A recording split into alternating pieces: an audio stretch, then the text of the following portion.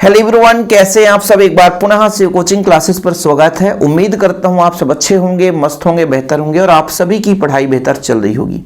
प्यारे बच्चों, class 12 physics NCERT में चैप्टर नंबर 1 वैद्युत आवेश तथा क्षेत्र, इसका अपन बच्चों मैराथन क्लास लेकर आ चुके हैं। वन शॉर्ट रिवीजन मतलब 15-16 क्वेश्चन आप लोगों को कराऊंगा और वन शॉर्ट के माध्यम से एक भी आपका प्रश्न इससे बाहर नहीं जाएगा। आप लोग इन प्रश्नों को जरूर तैयार कर लेना।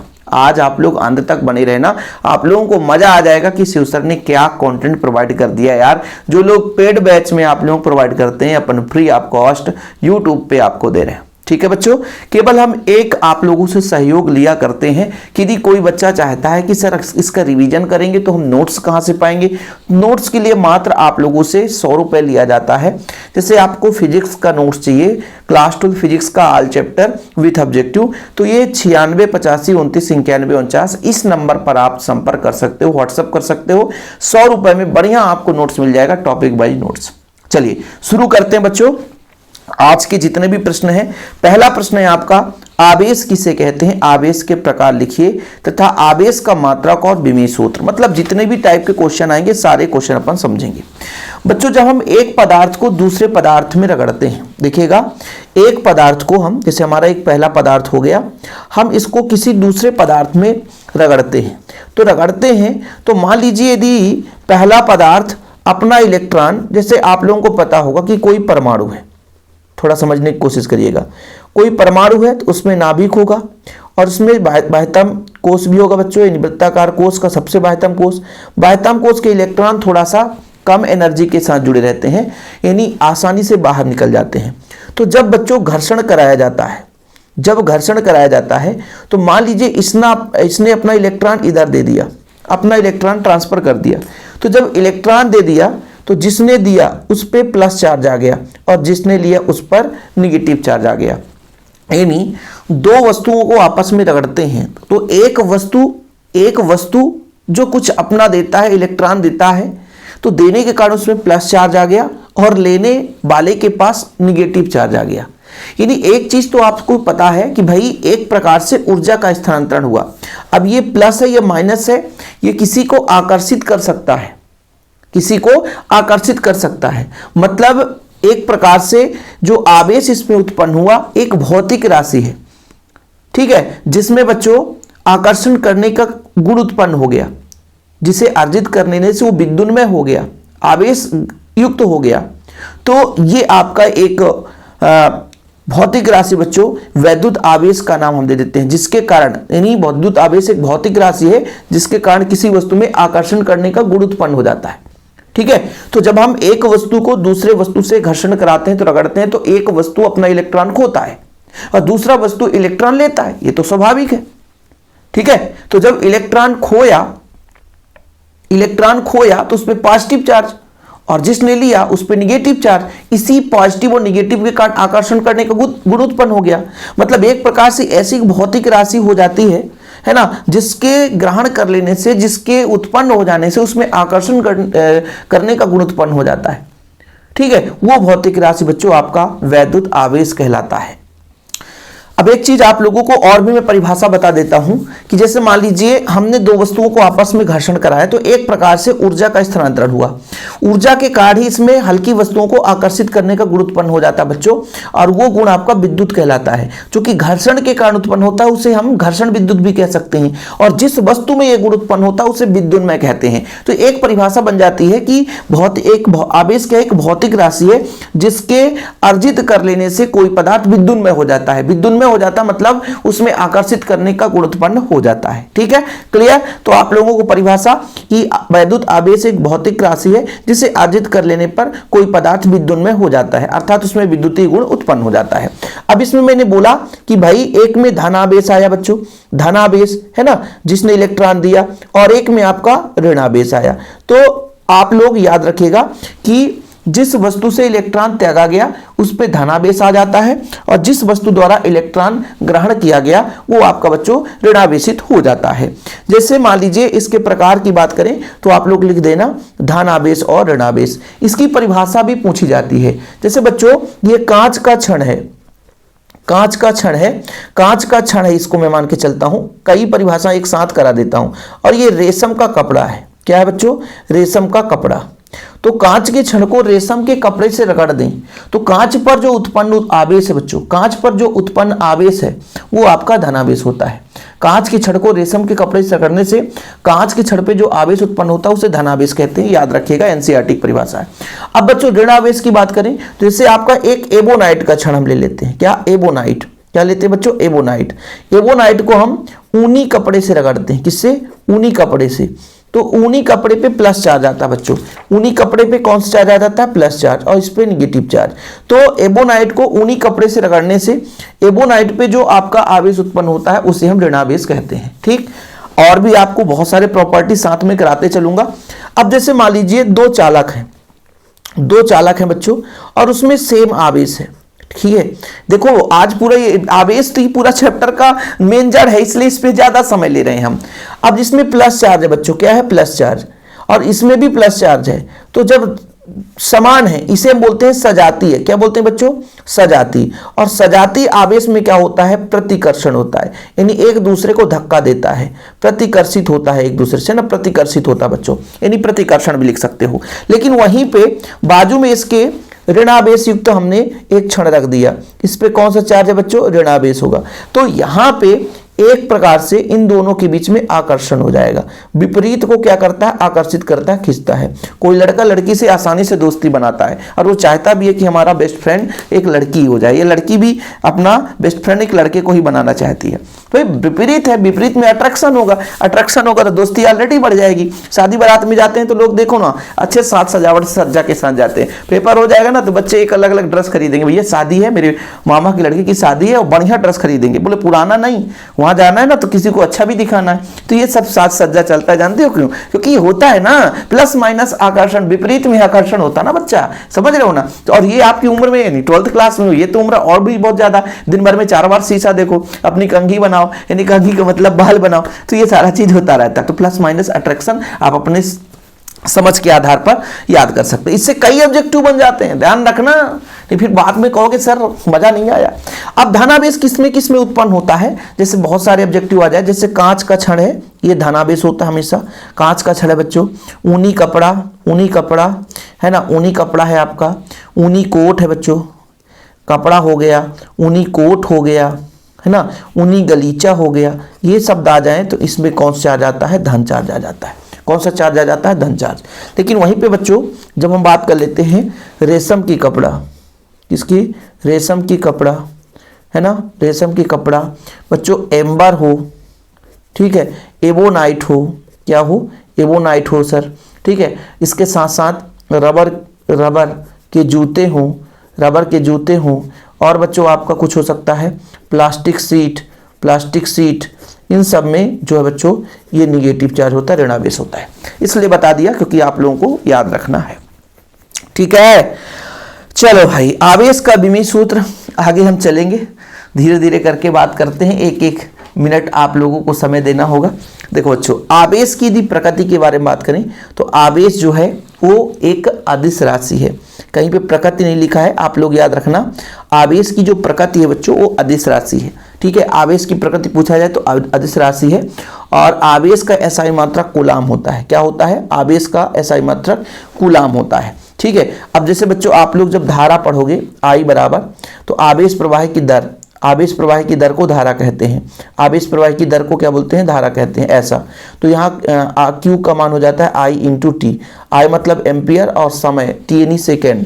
तो यहाँ पर बच्चों m0 L0 एम्पियर है, आई का मतलब एम्पियर, विमीय सूत्र में एम्पियर हो जाएगा, और टी हो जाएगा बच्चों, तो टी हो जाएगा समय, ये चीज है, ठीक है। और मूल आवेश का मान 1.6 × 10⁻19 कूलाम।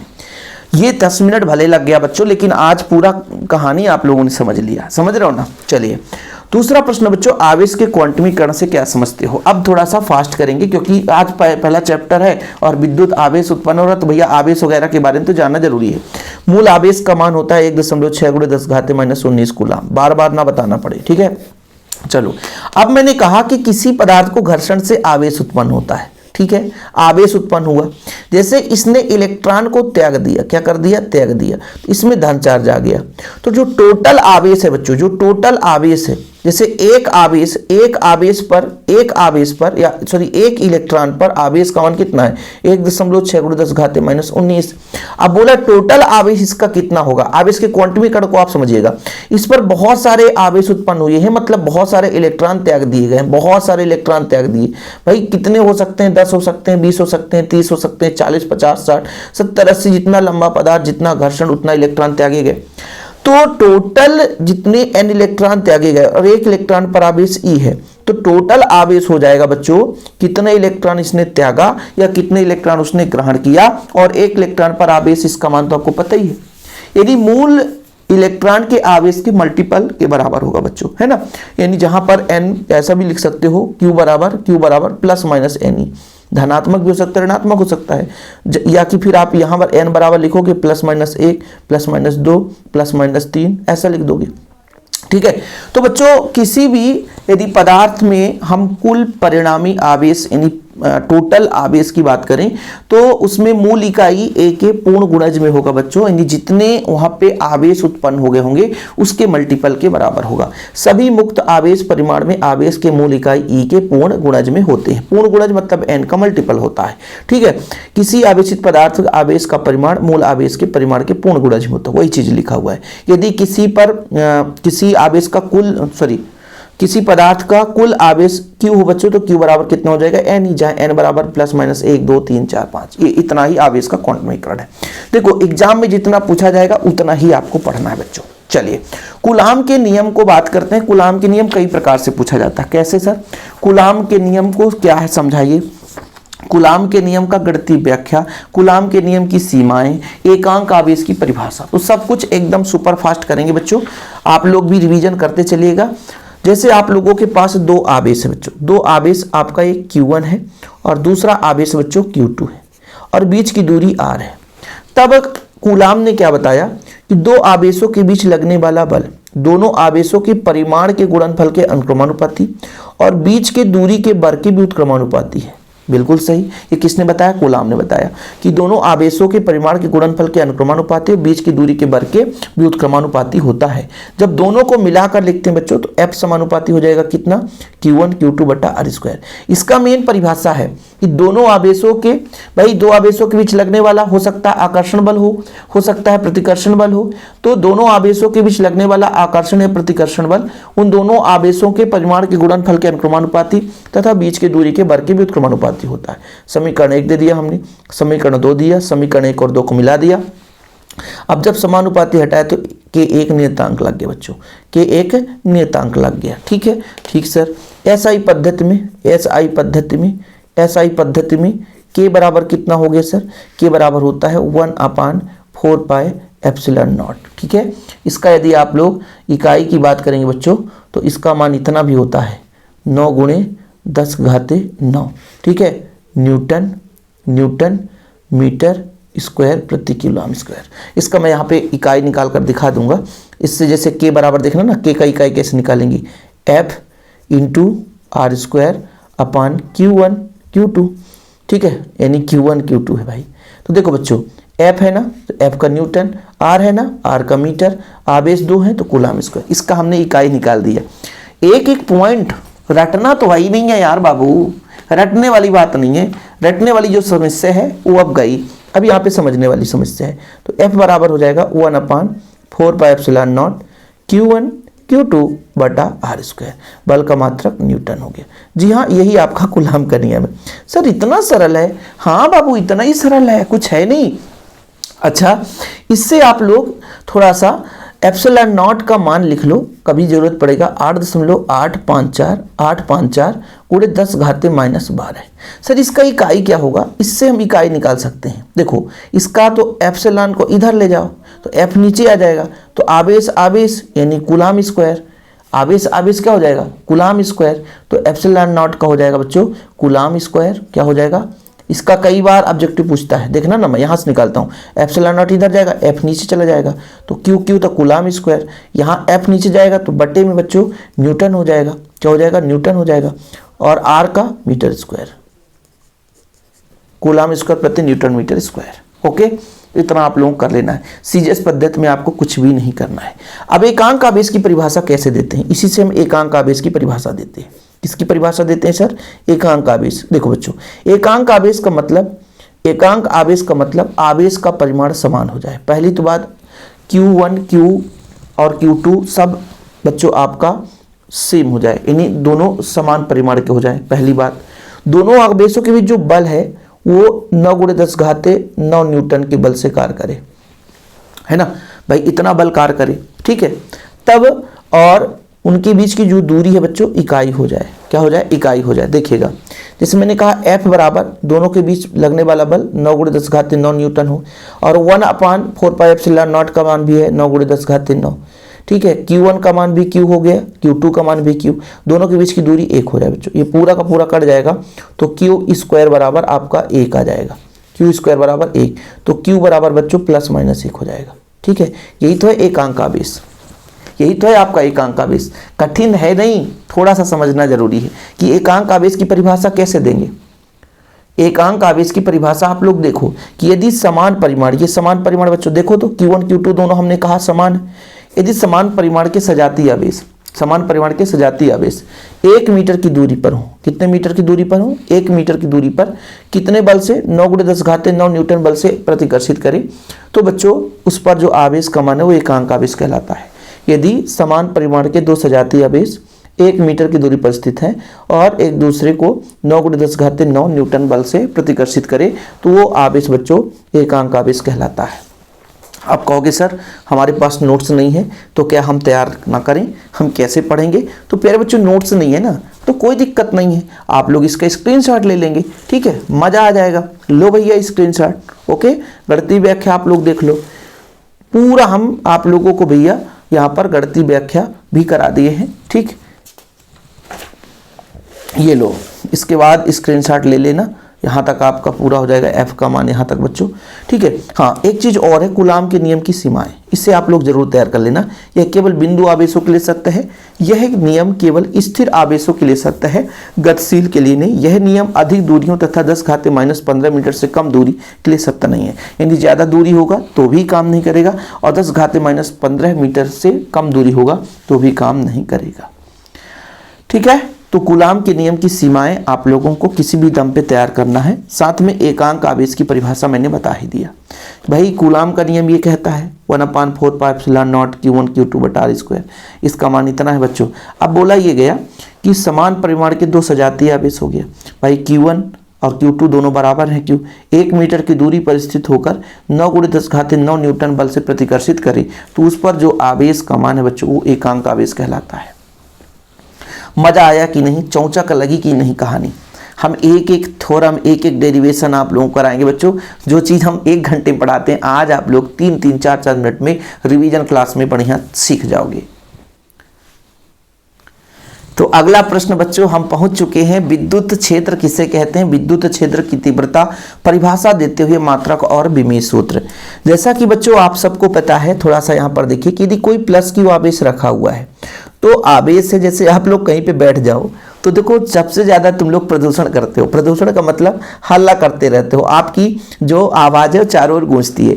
ऐसे आवेश है ना बच्चों, इससे इसका जो ऊर्जा है वो बाहर की ओर निकलता है, और ये ऊर्जा एक आरेख के रूप में हम प्रदर्शित करते हैं, इसे हम बोलते हैं विद्युत क्षेत्र रेखाएं, ठीक है। मतलब इसका प्रभाव चारों ओर रहता है। और जैसे मान लीजिए कोई माइनस चार्ज हो गया ना, माइनस चार्ज का भी प्रभाव रहता है, ये ससुरा अपनी ओर खींचता है, ये कहता है आने दो, अनंत से आकर के विद्युत क्षेत्र रेखाएं इस पे समाप्त होती हैं। ऐसी विद्युत क्षेत्र रेखाएं आ रही होती हैं, तो भाई ये अपनी ओर अंदर की ओर खींचता है। ये बड़ा खतरनाक आदमी है यार, इस पे हम क्या बताएं, इस पे हम कुछ नहीं कह सकते, बड़ा खतरनाक आदमी, ठीक है। ये अपना प्लस वाला अच्छा आदमी है, ये देता है लेकिन ये लेता है। अब इनके देने लेने से, एनर्जी इधर उधर जाने से इसके चारों ओर ना बच्चों, इसके चारों ओर एक क्षेत्र उत्पन्न हो जाती है। विद्युत क्षेत्र हो जाती है। क्या हो जाती है बच्चों? विद्युत क्षेत्र। अब विद्युत क्षेत्र का मतलब जहां तक वो किसी पर बल लगा सकता है, ठीक है, वो विद्युत क्षेत्र। इसके भी चारों विद्युत क्षेत्र है। अच्छा, अब मतलब इन्होंने, जैसे हम क्लासरूम में पढ़ाते हैं तो हमारी आवाज क्लासरूम में हर कोने कोने तक पहुंचती है, मतलब हमारा वो एक क्षेत्र हो गया। ऐसे आवेश है प्यारे बच्चों, आवेश भी अपना प्रभाव छोड़ रखा है। जब छोड़ रखा है तो इसके चारों ओर एक क्षेत्र जनरेट हो गया। अच्छी बात है।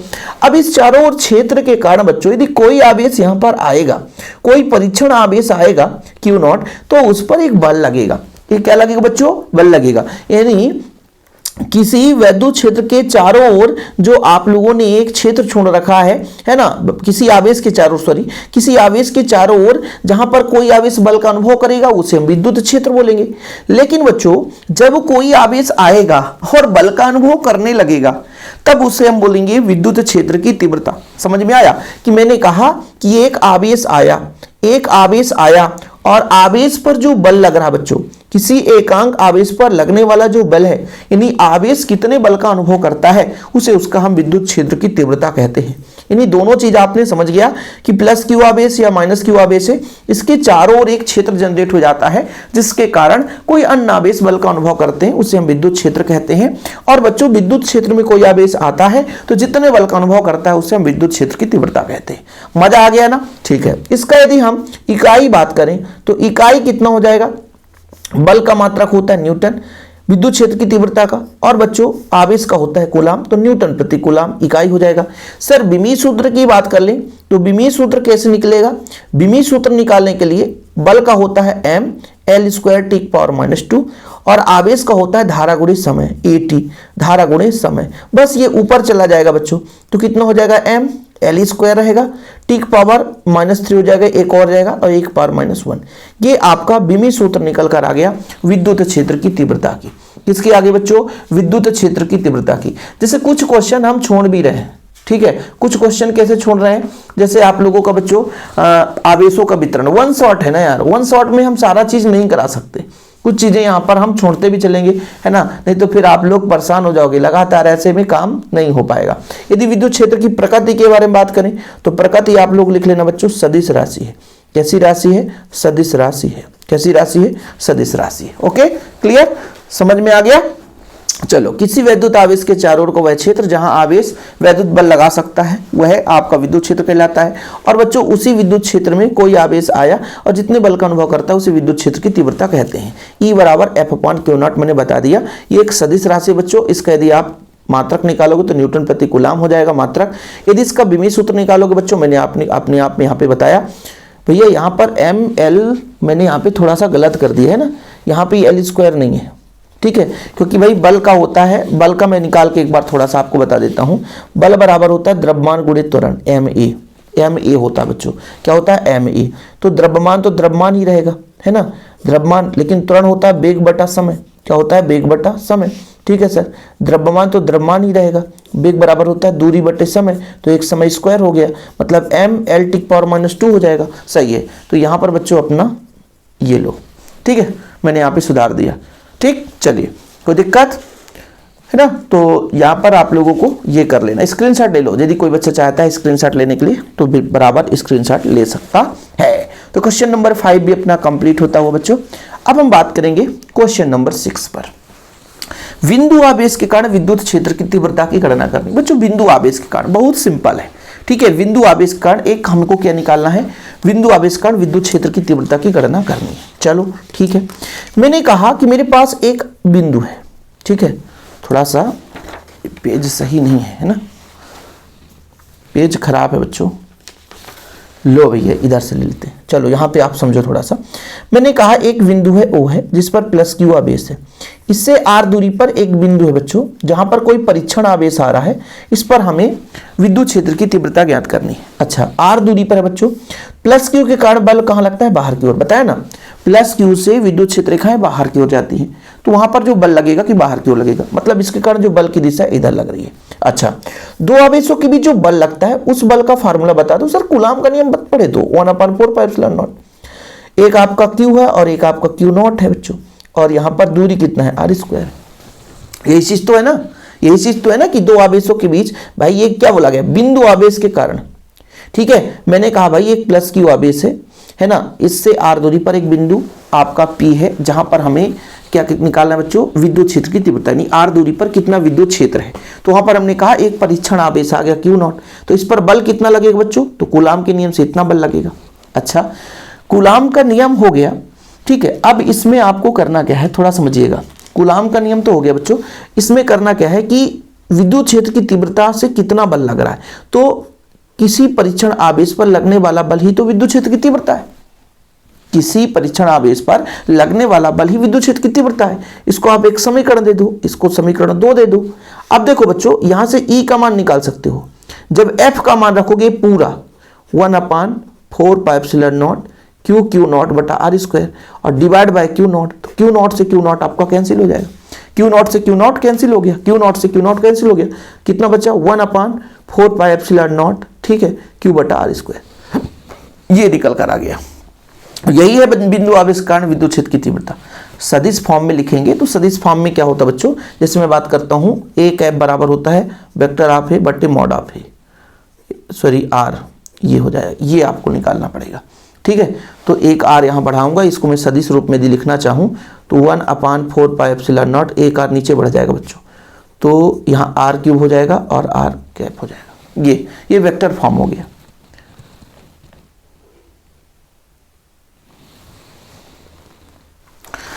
देखो यहां पे थोड़ा सा देख लेना, मैंने क्या क्या बताया आपको, सारा चीज वहीं पे है। देखो मैंने कहा कि माना मेरे पास O पर एक प्लस क्यू आवेश है ना, R दूरी पर एक बिंदु P है जहां पर हमें विद्युत क्षेत्र की तीव्रता निकालनी है बच्चों। बिंदु P पर हमने एक परीक्षण आवेश रखा, तो कूलाम के नियम से ये बल लगता है। के माध्यम का परवैद्युतांक है, के लिखोगे तो भी ठीक, नहीं लिखोगे तो भी ठीक, ठीक है। चलो ये आप लोगों ने लिख लिया, किसके नियम से, कूलाम के नियम से, जहां के माध्यम का परवैद्युतांक बच्चों। अब विद्युत क्षेत्र की तीव्रता की परिभाषा पढ़ ही लिया आपने, E बराबर आवेश पर लगने वाला बल। अच्छा, समीकरण 1 से F का मान रख दो, F का मान रखोगे तो यही चीज तो निकल कर आया। फिर सदिश रूप में आप कैप लगा दो, बस कुछ भी नहीं है। के का मान एक रख दोगे तो इतना लंबा चौड़ा कहानी आ जाएगा, कुछ है ही नहीं है यार इसमें। ये थ्योरम बहुत सिंपल है, ये थ्योरम बहुत सिंपल है, इसमें ज्यादा मेहनत करने की जरूरत ही नहीं है बच्चों। तो यहाँ पे थोड़ा सा r² ही रहेगा, ठीक है, यहाँ पर आप r² ही रखना, ठीक। तो स्क्रीनशॉट ले लेना, ठीक है, याद रखिएगा बच्चों। चलिए आगे बात करते हैं।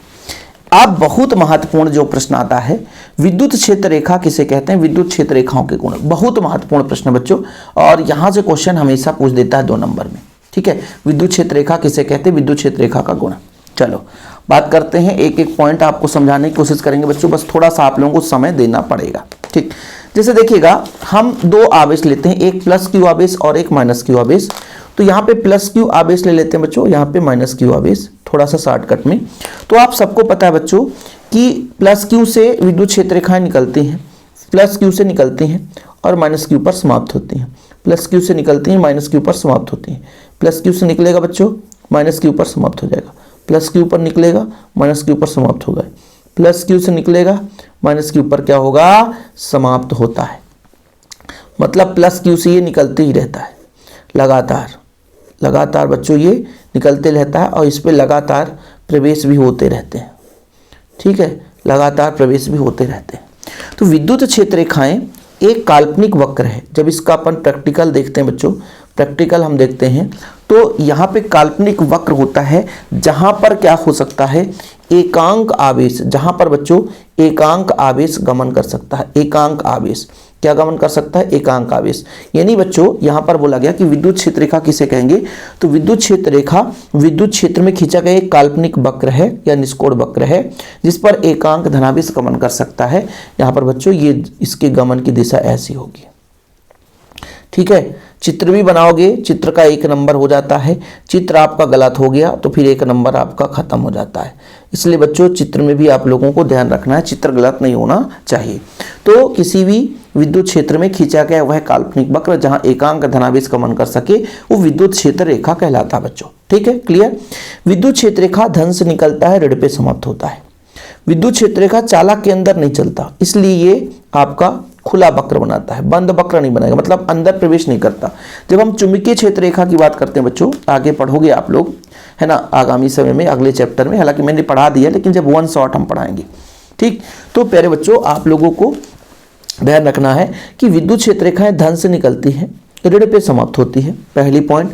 दूसरी पॉइंट, ये आपका खुला वक्र बनाता है, बंद वक्र नहीं बनाता बच्चों, बंद वक्र बिल्कुल नहीं बनाता। अब जैसे विद्युत क्षेत्र रेखा में किसी भी बिंदु पर उसका एक स्पर्श रेखा खींच दें, विद्युत क्षेत्र रेखा में कहीं भी एक दी उसकी स्पर्श रेखा को खींच दे बच्चों, तो उसके परिणामी दिशा को व्यक्त करता है, परिणामी दिशा को व्यक्त करता है। और विद्युत क्षेत्र रेखाएं एक दूसरे को कभी विभाजित नहीं करती, एक दूसरे को कभी नहीं काटती। एक क्वेश्चन आता है कि विद्युत क्षेत्र रेखा एक दूसरे को विभाजित नहीं करती, क्यों? क्यों? ये क्वेश्चन है, विद्युत क्षेत्र रेखा एक दूसरे को विभाजित क्यों नहीं करती, क्यों? कारण बताओ। ये क्वेश्चन बच्चों कभी ऐसा नहीं है कि केवल विद्युत क्षेत्र रेखाओं के गुण की बात आ जाए, ऐसे ही आ जाता है कि दो विद्युत क्षेत्र रेखाएं एक दूसरे को विभाजित नहीं करती, क्यों? क्योंकि बच्चों विद्युत क्षेत्र रेखा यदि विभाजित करेगी तो चूंकि जैसे मान लीजिए एक रेखा ऐसी गई और एक रेखा ऐसी गई, एक ही बिंदु पर हम दो स्पर्श रेखा, इस बिंदु पर एक ऐसी स्पर्श रेखा खींची जा सकती है, इस बिंदु पर इस रेखा के लिए ऐसी स्पर्श रेखा खींची जा सकती है। तो एक ही बिंदु पर इसके विद्युत क्षेत्र की दो दिशा बताई गई, तो जो कि संभव नहीं है। किसी भी बिंदु पर स्पर्श रेखा खींचेंगे तो वो उसके परिणामी विद्युत क्षेत्र की दिशा को बताएगा, जो कि एक ही बिंदु पर दो विद्युत क्षेत्र संभव नहीं है बच्चों, इसलिए कभी भी एक दूसरे को काटती नहीं है। ठीक है, तो विद्युत क्षेत्र रेखाएं कहां से शुरू होती है सर? धन से। कहां समाप्त होती है? ऋण से। ठीक है। अच्छा, एक चीज और मैंने आपको समझाया था, शायद याद हो, आज के लेक्चर में समझाया। क्या समझाया सर आपने? मैंने ये समझाया बच्चों कि यदि आपका धनावेश है तो धनावेश से विद्युत क्षेत्र रेखाएं कहां चलती हैं? अनंत की ओर। कहां चलती हैं सर? अनंत की ओर। कहां चलती हैं? अनंत की ओर। धनावेश से विद्युत क्षेत्र रेखाएं अनंत की ओर चलती हैं। लेकिन वहीं पे प्यारे बच्चों यदि ऋणावेश है, वहीं पे यदि आपका ऋणावेश है तो ऋण आवेश की ओर अनंत से विद्युत क्षेत्र रेखाएं ऋणावेश की ओर आती है और ऋणावेश पे समाप्त हो जाती है। तो ये भी आपका विद्युत क्षेत्र रेखा का गुण ही है बच्चों। तो धन से शुरू होता है, ऋण पे समाप्त होता है। दूसरा आपने क्या समझा कि एकल धनावेश में अनंत से विद्युत क्षेत्र रेखाएं जैसे धनावेश से अनंत की ओर जाती हैं, और ऋणावेश से बच्चों अनंत से, जैसे मान लीजिए ऋणावेश की बात करता हूं तो अनंत से आती हैं और ऋणावेश पर समाप्त होती है। ठीक है, याद रखिएगा। यदि विद्युत क्षेत्र रेखा के किसी भी बिंदु पर स्पर्श रेखा खींचे तो परिणामी विद्युत क्षेत्र की दिशा को बताता है। दो रेखाएं एक दूसरे को कभी नहीं काटता, क्यों? क्योंकि दो रेखाएं एक दूसरे को काटेगा तो एक ही बिंदु पर दो स्पर्श रेखा खींच सकते हैं, क्योंकि दो रेखाएं हैं यहाँ पे। अब जो दो स्पर्श रेखा के कारण वो दो परिणामी दिशा को बताएगा, जबकि एक बिंदु पर एक ही दिशा, विद्युत क्षेत्र की एक ही दिशा हो सकती है, दो दिशा तो है नहीं, संभव नहीं हो सकता बच्चों, इसलिए कभी एक दूसरे को प्रतिच्छेद नहीं करती। अगला पॉइंट लिख लेना, विद्युत क्षेत्र रेखाएं लचकदार डोरी के समान होती है ना, विद्युत क्षेत्र रेखाएं। अच्छा, पृष्ठ से लंबवत निकलती है, 90 डिग्री कोण पर निकलती हैं, और 90 डिग्री कोण पर समाप्त भी होती है, प्रवेश भी करती हैं। तो क्वेश्चन आता है कि विद्युत क्षेत्र रेखाएं पृष्ठ से कितने डिग्री कोण बनाती हुई निकलती हैं? तो 90 डिग्री का कोण बनाते हुए निकलती है। कितने डिग्री का बच्चों? 90 डिग्री का कोण बनाते हुए निकलती है। कितने डिग्री का? 90 डिग्री का। याद रखिएगा आप लोग। ठीक है, कि अपना विद्युत क्षेत्र रेखा वगैरह कंप्लीट हो गया। आप लोग स्क्रीनशॉट ले रहे हैं तो ले सकते हैं, जो मैंने समझाया वही चीज़ यहाँ पे लिखा हुआ है और कुछ भी नहीं बच्चों। ठीक, विद्युत क्षेत्र रेखा की काम खत्म। अभी लंबे लंबे थ्योरम है आगे चलकर, तो आप लोग थोड़ा सा समय देंगे तभी मजा आएगा, और आप सोचोगे कि ऐसे ही 2 मिनट में काम हो जाए, तो नहीं होने वाला बच्चा। ठीक, वैद्युत द्विध्रुव किसे कहते हैं? वैद्युत द्विध्रुव आघूर्ण की परिभाषा, मात्रक और विमेय सूत्र। ठीक है, वैद्युत द्विध्रुव किसे कहते हैं? और यदि किसी बच्चों को नोट्स लेना बच्चों, तो टोटल यदि नोट्स की बात करें तो कितने में मिलता है बच्चों? टोटल 100 रुपए में। यदि 100 रुपए यदि आप लोग पेड करते हैं तो पूरा ऑल चैप्टर नोट्स मिल जाएगा। 100 रुपए में आपको पूरा नोट्स मिलता है, ऑल चैप्टर नोट्स। ठीक है, यदि कोई बच्चा चाहता है फिजिक्स का नोट्स है ना, एग्जाम टाइम भाई रिवीजन कहाँ से करेंगे, तो कॉन्टैक्ट नंबर है 96 85 29 91 49। बढ़िया नोट्स बच्चों आप लोग संपर्क करें, हैंड रिटन नोट्स रहता है, बोर्ड एग्जाम की प्रॉपर तैयारी हो सकती है।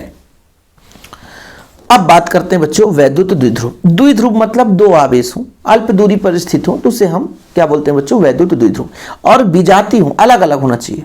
द्विध्रुव का मतलब ये कि अलग अलग, देखो ना क्या बोला है कि वैद्युत द्विध्रुव अल्प दूरी पर स्थित दो समान परिमाण के विजातीय आवेश, परिमाण समान है परिमाण समान है लेकिन अल्प दूरी पर स्थित है बच्चों, अल्प दूरी पर स्थित है, इसे हम बोलते हैं, क्या बोलते हैं, वैद्युत द्विध्रुव। क्या बोलते हैं बच्चों, वैद्युत द्विध्रुव। ठीक है, और द्विध्रुव के बीच की लंबाई बच्चों द्विध्रुव लंबाई कहलाती है, और इसको मिलाने वाली जो रेखा है वो द्विध्रुव अक्ष कहलाती है। दो आवेश है, परिमाण समान है लेकिन विजातीय है। विजातीय मतलब आवेश अलग अलग है। यदि एक में धन आवेश है बच्चों तो दूसरे पे ऋण आवेश है। विजातीय आवेश का मतलब यही है कि यदि एक में धन आवेश है तो दूसरे पे ऋण आवेश है, याद रखिएगा। तो वैद्युत द्विध्रुव यहाँ पर आप लोगों को क्लियर हो जाना चाहिए कि वैद्युत द्विध्रुव है क्या। यदि दो आवेश हैं, अलग अलग चार्ज हैं बच्चों, यहाँ पर देखिएगा, अल्प दूरी पर स्थित है ना, परिमाण समान है लेकिन आवेश अलग अलग है, तो इसे हम वैद्युत द्विध्रुव कहते हैं। बीच की लंबाई, द्विध्रुव लंबाई जितना हम 2a मानते हैं बच्चों, ठीक है, और इसके अक्ष को ही हम, यानी दोनों आवेश को मिलाने वाली जो अक्ष होती है उसे द्विध्रुव अक्ष कहते हैं। ठीक, याद रखिएगा आप लोग। अब बात करते हैं द्विध्रुव आघूर्ण की। द्विध्रुव आघूर्ण होता क्या बच्चों, जैसे हमारे पास दो आवेश हैं जो अल्प दूरी पर स्थित हैं, तो इसके एक आवेश और दोनों के बीच की दूरी का गुणनफल द्विध्रुव आघूर्ण कहलाता है। क्या बोला, एक आवेश और दोनों आवेशों के बीच की दूरी का गुणनफल द्विध्रुव आघूर्ण कहलाता है। यदि हम मात्रक की बात करें तो मात्रक बच्चों आवेश का होता है कूलाम, और दोनों बीच की दूरी का होता है मीटर, तो कूलाम मीटर। कितना होगा बच्चों, कूलाम मीटर। यदि इसके विमीय सूत्र की बात करें बच्चों, विमीय सूत्र आसानी से आप बता सकते हो।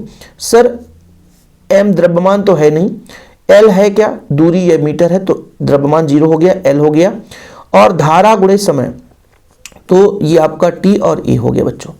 ठीक, ये हो गया अपना इसका विमीय सूत्र, क्योंकि आवेश का होता है धारा गुणे समय, आवेश का धारा एम्पियर, समय t हो गया, और l मीटर l हो गया बच्चों, तो ये इसका विमीय सूत्र हो गया। और यदि प्रकृति के बारे में बच्चों बात करें, प्रकृति, तो इसकी जो प्रकृति है वो सदिश राशि है। कैसी प्रकृति बच्चों, सदिश राशि है, नोट डाउन करके रखना, क्या है, सदिश राशि। तो ये आप लोगों ने समझा कि दो आवेश परिमाण में समान लेकिन विजातीय है, अल्प दूरी पर स्थित है बच्चों, तो उसे हम बोलेंगे वैद्युत द्विध्रुव, है ना, और इनके बीच की दूरी को वैद्युत द्विध्रुव लंबाई कहते हैं, और मिलाने वाले अक्ष को या रेखा को हम द्विध्रुव अक्ष कहते हैं। ठीक है बच्चों, इसकी प्रकृति कैसी है, तो एक सदिश राशि है। ओके, ठीक है सर, इसको आप लोग स्क्रीनशॉट ले लो। और आप लोग वैद्युत द्विध्रुव आघूर्ण तो पढ़ ही लिया कि वैद्युत द्विध्रुव के किसी एक आवेश और दोनों आवेशों के बीच की दूरी का गुणनफल वैद्युत द्विध्रुव आघूर्ण कहलाता है, जिसे हम P से रिप्रेजेंट करते हैं, किससे रिप्रेजेंट करते हैं, P से रिप्रेजेंट करते हैं। ठीक है, आगे बढ़ते हैं बच्चों। अगला जो प्रश्न है मजेदार है, चौचक है, थोड़ा सा आप लोगों को मेहनत करना पड़ेगा लेकिन कुछ भी कठिन नहीं लगेगा। हाँ, समय देना पड़ेगा, समय बिना कुछ भी नहीं होगा बच्चों, बिना समय के खेल कुछ होना ही नहीं है। ठीक है, तो अपना जो अगला टॉपिक है अक्षीय स्थिति किसे कहते हैं, अक्षीय स्थिति पर विद्युत क्षेत्र की तीव्रता की गणना करनी है। देखो बच्चों, अक्षीय स्थिति का मतलब होता है कि जैसे मान लीजिए हमारे पास एक द्विध्रुव है। द्विध्रुव कैसे होता है, द्विध्रुव यानी दो ध्रुव से मिलकर बना हुआ। एक हम बात करते हैं, ये मान लीजिए अपना यहाँ पे प्लस क्यू ले लें, ठीक है, ठीक, प्लस क्यू ले लें और इधर माइनस क्यू ले लें। अभी सिर्फ समझने की कोशिश करना, फिर मैं बताता हूँ, है ना, जैसा इसमें बना होगा उसके आधार पर हम आपको पढ़ाएंगे। बच्चों, यदि इसको इधर बढ़ा दें चाहे आगे की ओर बढ़ा दें, अक्ष तो दोनों है ना। अब इसके बढ़ाए गए अक्ष पर किसी भी बिंदु, चाहे बिंदु P इधर ले लें चाहे बिंदु P इधर ले लें, किसी भी बिंदु पर हम यदि विद्युत क्षेत्र की गणना कर रहे हैं तो इस द्विध्रुव के सापेक्ष, द्विध्रुव की लंबाई कितनी होती है सर, 2a होती है, तो द्विध्रुव के सापेक्ष ये जो बिंदु P है वो अक्षीय स्थिति में कहलाएगा, है ना। यानी वह बिंदु जिस पर हमें विद्युत क्षेत्र की तीव्रता ज्ञात करनी है, ये द्विध्रुव के बढ़ाए गए अक्ष पर स्थित हो, चाहे इधर हो बच्चों, वो द्विध्रुव के सापेक्ष अक्षीय स्थिति कहलाता है। लेकिन वहीं पे बच्चों इसके लंबार्धक पर स्थित हो, जैसे मैंने कहा कि ये द्विध्रुव है, ठीक है, सिर्फ द्विध्रुव है, और इसके लंबार्धक पर स्थित है, ऐसे लंबार्धक पर स्थित है। यहाँ पर कोई बिंदु P है, यहाँ पे अपना प्लस क्यू था, यहाँ पे अपना माइनस क्यू था, तो लंबार्धक पर स्थित है बच्चों, तो इसको हम बोलते हैं निरक्षीय स्थिति। क्या बोलते हैं बच्चों, निरक्षीय स्थिति। तो दोनों आप लोगों को समझ लेना है, फिर शॉर्टकट में अपन थ्योरम कर लेंगे। Okay, clear. तो वह बिंदु जिस पर हमें विद्युत क्षेत्र की तीव्रता ज्ञात करनी है बढ़ाए गए द्विध्रुव अक्ष पर स्थित होता है। बढ़ाए गए आजू बाजू हमने बढ़ा दिया, और बढ़ा दिया तो भैया वो उसका अक्ष स्थित कहलाता है। तो गणितीय व्याख्या, पहले परिभाषा आप लोग लिख लिए कि वह बिंदु जिस पर विद्युत क्षेत्र की तीव्रता ज्ञात करनी है बढ़ाए गए द्विध्रुव अक्ष पर स्थित होता है बच्चों, तो वह बिंदु द्विध्रुव के सापेक्ष अक्षीय स्थित कहलाता है। ठीक है सर, मजा आएगा। हम प्लस क्यू और माइनस क्यू लेते हैं बच्चों, थोड़ा सा आप लोग समझिएगा। यहां पे ले लेते हैं प्लस क्यू चार्ज, ठीक है, यहां पे ले लेते हैं, थोड़ा समझिएगा। यहां पे ले लेते हैं प्लस क्यू चार्ज, ठीक, ओके सर। यहां पे ले लेते हैं माइनस क्यू चार्ज। अब इसके बीच की जो दूरी है बच्चों उसको अपन मान के चलेंगे 2a, और मध्य बिंदु पर एक बिंदु O है, मध्य बिंदु O है, और इससे r दूरी पर एक बिंदु है। मैंने कहा चाहे इधर बढ़ा दो चाहे आगे इधर बढ़ा दो। यहां पे बच्चों यहां से मैंने कहा r दूरी पर, कितने दूरी पर, r दूरी पर एक बिंदु P है, जहां पर हमें क्या निकालना है, विद्युत क्षेत्र की तीव्रता। अच्छा, प्लस क्यू के कारण विद्युत क्षेत्र ये अपना, मान लीजिए प्लस क्यू के कारण E1 इधर लगेगा बच्चों, लेकिन माइनस क्यू के कारण इधर लगेगा। क्यों? E2 इधर लगेगा। क्यों? क्योंकि माइनस क्यू पे विद्युत क्षेत्र रेखाएं प्रवेश करती है, लेकिन प्लस क्यू के कारण विद्युत क्षेत्र रेखाएं बाहर की ओर जाती है। इस बिंदु के सापेक्ष इस बिंदु पर प्लस क्यू के कारण आगे की ओर लगेगा और माइनस क्यू के कारण इधर लगेगा, क्योंकि बच्चों विद्युत क्षेत्र रेखा माइनस क्यू में प्रवेश करती है। मैंने आपको बताया है कि प्लस क्यू आवेश है तो विद्युत क्षेत्र रेखाएं बाहर की ओर चलती हैं। ठीक है, ये बात तो आपको पता है। और यदि माइनस क्यू आवेश है तो विद्युत क्षेत्र रेखाएं अंदर की ओर चलती हैं। इस कारण बच्चों बिंदु P पर E1 जो है वो बाहर की ओर है और E2 जो है अंदर की ओर है। अच्छा, एक चीज और आपने पढ़ा क्या? हाँ सर, पढ़ा कि बिंदु आवेश कारण विद्युत क्षेत्र की तीव्रता का फॉर्मूला कितना होता है, 1/4πε0। यदि के माध्यम है तो ठीक है, Q/r²। ये फार्मूला आपने पढ़ा क्या? नहीं पढ़ा? थ्योरम में हमने कराया ना, थ्योरम हमने कराया। थोड़ा सा हम आपको याद दिला देते हैं भैया, अभी दिखाया हमने, ये कराया हमने कि बिंदु आवेश के कारण कितना तीव्रता होता है r दूरी पर। तो जैसे भाई हम मान कर चलेंगे कि यहां से कुछ ना कुछ तो दूरी पर है। जैसे मान के चलते हैं यहां पर हम मान के लिए बच्चों इसको a, इसको हम मान के चलते हैं a, इसको मान के चलते हैं b। तो a से तो p की दूरी होगी, b से भी p की दूरी होगी, कुछ ना कुछ तो दूरी होगी। तो दूरी के कारण कितना आप लोगों का यहाँ पर विद्युत क्षेत्र होगा वो चीज आपको निकालना पड़ेगा। तो चलिए शुरू करते हैं। हम लिखेंगे बच्चों, माना ए बी एक वैद्युत द्विध्रुव है। ठीक है, ए बी एक क्या है, वैद्युत द्विध्रुव है जो प्लस क्यू और माइनस क्यू से निर्मित है। ओके सर, के परावैद्युतांक के माध्यम में रखा हुआ है, ठीक है। द्विध्रुव की लंबाई कितना बच्चों, हमने 2a मान रखा है। द्विध्रुव के मध्य बिंदु O से r दूरी पर एक बिंदु P है, जहां पर हमें विद्युत क्षेत्र की तीव्रता निकालनी है, विद्युत क्षेत्र की गणना करनी है। ओके, चलें आगे। चलो हम बात करते हैं कि प्लस क्यू आवेश के कारण, ज्यादा हिंदी नहीं लिखेंगे क्योंकि आप सबको पता है कि इसमें नोट्स में जैसे हम जिसमें पढ़ा रहे हैं बच्चों वो सारा चीज लिखा ही है। E1 बराबर कितना हो जाएगा, 1/4πε0। हाँ सर, के है तो के। बच्चों आवेश यहां पर प्लस क्यू, तो प्लस क्यू रहने दो। दूरी कितना, a से p, तो AP²। खेल यहीं पे होता है कि AP का मान कैसे लिखेंगे, AP का मान कैसे निकालेंगे। अच्छा, OP बराबर जानते हो कितना है, R है यार। OP हमको पता है सर, OP बराबर R।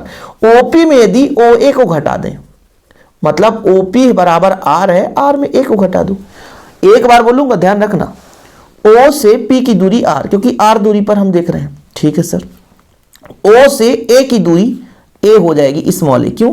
क्योंकि टोटल लंबाई 2a है, यहां से यहां तक 2a है बच्चों, और O मध्य बिंदु पर है तो इसकी लंबाई a हो जाएगी। ओके, तो r minus a।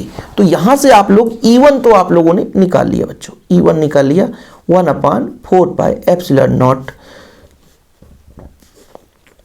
r minus a का स्क्वायर, और समीकरण 1 दे दिया।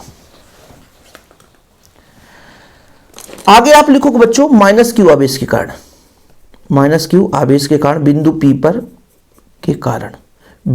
P पर विद्युत क्षेत्र। अब आप लोग इतना लंबा चौड़ा लिखते रहना, देखना बच्चों, 1/4πε0 है ना, के हो जाएगा Q/r²। r का मतलब दूरी, B से P तो BP²।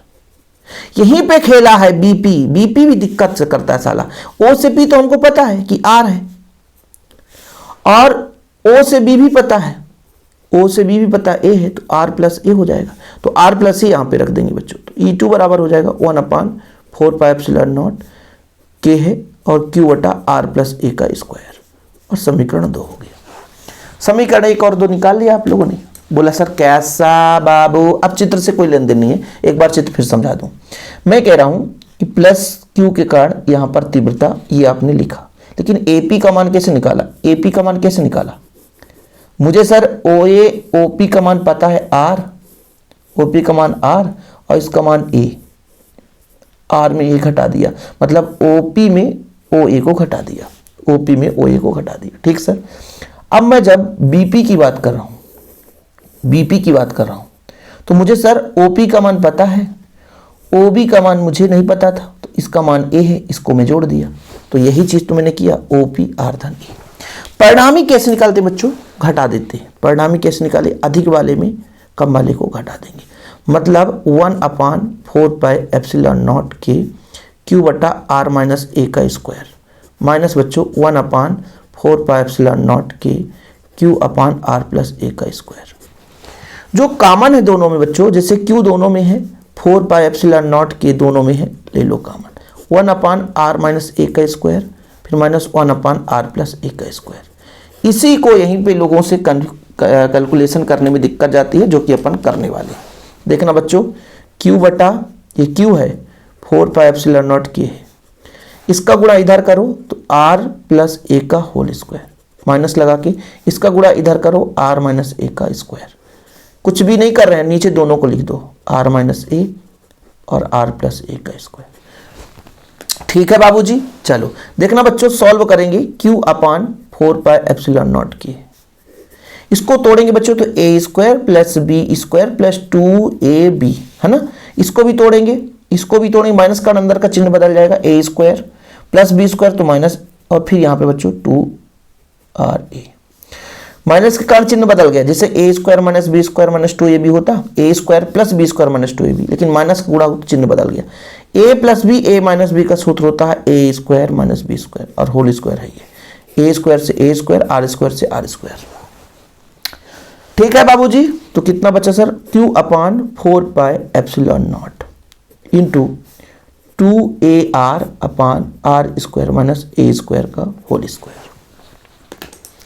एक फॉर्मेट यहां से बच्चों, यहां फॉर्मेट में बता देता हूं कि यदि मैं बात कर लूं, इसको ऐसा सेट कर दो 1/4 पाई एप्सिलॉन नॉट। ठीक है, यहां पे बच्चों आवेश और दोनों के बीच की दूरी का जो गुणनफल है वो क्या कहलाता है? वो क्या कहलाता है? वो द्विध्रुव आघूर्ण कहलाता है। तो यहाँ पे अपना जो वैल्यू आ जाएगा 1/4 पाई एप्सिलॉन नॉट के, ये पी आ जाएगा बच्चों, क्या आ जाएगा? पी। ठीक है, और आर ही है, और R square minus A square का होल स्क्वायर। ठीक, अब यदि मान लीजिए द्विध्रुव की लंबाई अत्यंत सूक्ष्म हो, तो इसको हम उपेक्षा कर देंगे, ए स्क्वायर को उपेक्षा कर देंगे, तो 1/4 पाई एप्सिलॉन नॉट के हो जाएगा पी आर अपान आर की पावर 4, एक आर से आर कट जाएगा, आंसर आ जाएगा 1/4 पाई एप्सिलॉन नॉट के पी अपान आर क्यूब। ठीक है, अच्छा थोड़ा सा गड़बड़ है कहीं पे सर, 2 और 2 4 हो जाता, 2 और 2 4 हो जाता, तो यहाँ पे 2 का मल्टीप्लाई कर देते तो यहाँ पे 2p आ जाता।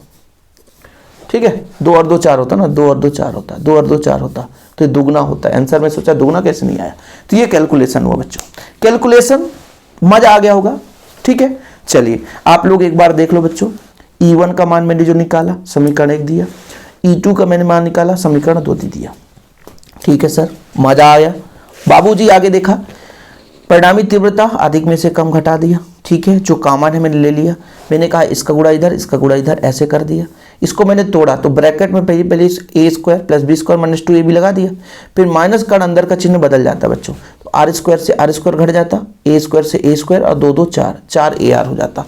ठीक है, फिर ये 2qa बराबर पी मैंने बताया था, तो ये अपना पी हो गया। फिर बच्चों जब इसको हम तोड़ देंगे, इसकी उपेक्षा कर देंगे, तो एक आर से आर कैंसिल हो जाएगा, इतना आ जाएगा। ये आप लोगों का थ्योरम कंप्लीट हो जाता है। ये अक्षीय स्थिति पर परिणामी तीव्रता निकल कर आ चुकी है। किस पर आ चुकी है फिर बच्चों? अक्षीय स्थिति पर परिणामी तीव्रता आ चुकी है। कहां पर आ चुकी है? अक्षीय स्थिति पर परिणामी तीव्रता आ चुकी है। अब हम बात करेंगे बच्चों निरक्षीय स्थिति पर। ठीक है, निरक्षीय स्थिति पर सुपर फास्ट करेंगे। निरक्षीय स्थिति पर परिभाषा हमने बता दिया है। परिभाषा हमने क्या बताया है कि भाई उसके लंबार्धक पर स्थित होता है। कहाँ पर? लंबार्धक पर, ऊपर की ओर। जैसे यहाँ पर आप इसी परिभाषा देखो कि द्विध्रुव के लंबार्धक लंबवत यानी अर्धक से ऊपर लंबार्धक पर स्थित है बच्चों, तो वहाँ पर हमारा है ना निरक्षीय स्थिति कहलाता है। क्या कहलाता है बच्चों? निरक्षीय स्थिति कहलाता है। निरक्षीय स्थिति कहलाता है। अब यहाँ पे जो थ्योरम है थोड़ा समझना है। थ्योरम आप लोगों को हो सकता है कठिन भी लगे, हो सकता है सरल भी लगे। यहाँ पे आप लोग क्या करो, सबसे पहले चित्र बना लो। चित्र क्या बना लो? जिसमें यहाँ से चित्र बनाता हूँ, यहाँ पे मैं ले लेता हूँ ए, यहाँ पे ले लेता हूँ बी, ठीक है। और मध्य बिंदु ओ तो है ही है बच्चों। दोनों के बीच की दूरी कितनी है? यहाँ से यहाँ तक ये ए है बच्चों, और यहाँ से यहाँ तक की भी ए है। द्विध्रुव की लंबाई तो अपना ये अपना बच्चों यहाँ से यहाँ तक ये मध्य बिंदु है। ये लो मध्य बिंदु यहाँ पर मान लेते हैं, ठीक है। अच्छा, यहाँ पे एक चार्ज होगा, वो है माइनस क्यू, और इस माइनस क्यू के कारण इसमें जो क्षेत्र है अंदर की ओर होगा। यहाँ पे बच्चों आपका प्लस क्यू है, प्लस क्यू के कारण विद्युत क्षेत्र बाहर की ओर होगा। ये सबसे बड़ी बात है, इसी को लोग नहीं समझ पाते। तो जैसे E1 जो है बच्चों वो बाहर की ओर सीधे ऐसे चलेगा, जो E2 है बच्चों वो नीचे की ओर चलेगा, है ना, ऐसा हो जाता है ना। अब हम सिर्फ लंबार्धक लेना चाहते हैं ना, लंबार्धक कितना चुंबकीय क्षेत्र है, और ये लंबवत तो कोई है ही नहीं है, लंबवत तो कोई है ही नहीं है। इसलिए बच्चों इसको हम यहाँ पर मानते हैं कि यहाँ पे थीटा है, तो यहाँ भी कितना होगा? थीटा होगा। तो यहाँ भी कितना होगा? थीटा होगा। तो इसको हम जैसे E1 और E2 को, जैसे अपना ये E1 हो गया और यहाँ पे ये आता हुआ E2 हो गया, तो इस बिंदु पर E1 और E2 को दो घटकों में वियोजित करेंगे। तो इतना समझना बच्चों, इतना समझना कि जो आधार है ये आधार बनेगा, इधर लंब डालेंगे तो ये आधार बनेगा, इधर लंब डालेंगे तो भी ये आधार बनेगा। आधार में अपना E1 cos थीटा आधार वाला ही चलता है, और E2 के कारण E2 cos थीटा होता है। और बच्चों जो E1 है इसका लंबवत ऊपर, तो E1 sin थीटा ऊपर की ओर, और लंब में E2 sin थीटा नीचे की ओर हो जाएगा।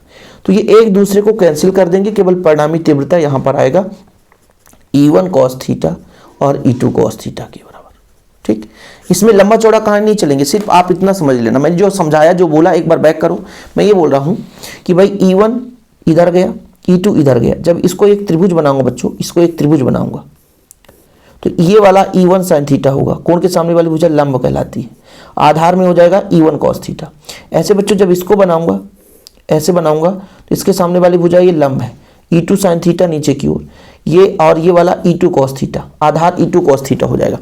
तो जो एक ऊपर की ओर एक नीचे की ओर, एक दूसरे को कैंसिल कर देंगे। परिणामी तीव्रता केवल ये क्षैतिज वाला होगा, तो परिणामी तीव्रता E1 cos थीटा और E2 cos थीटा के बराबर के कारण होगा बच्चों, ठीक। समझ में आ गई?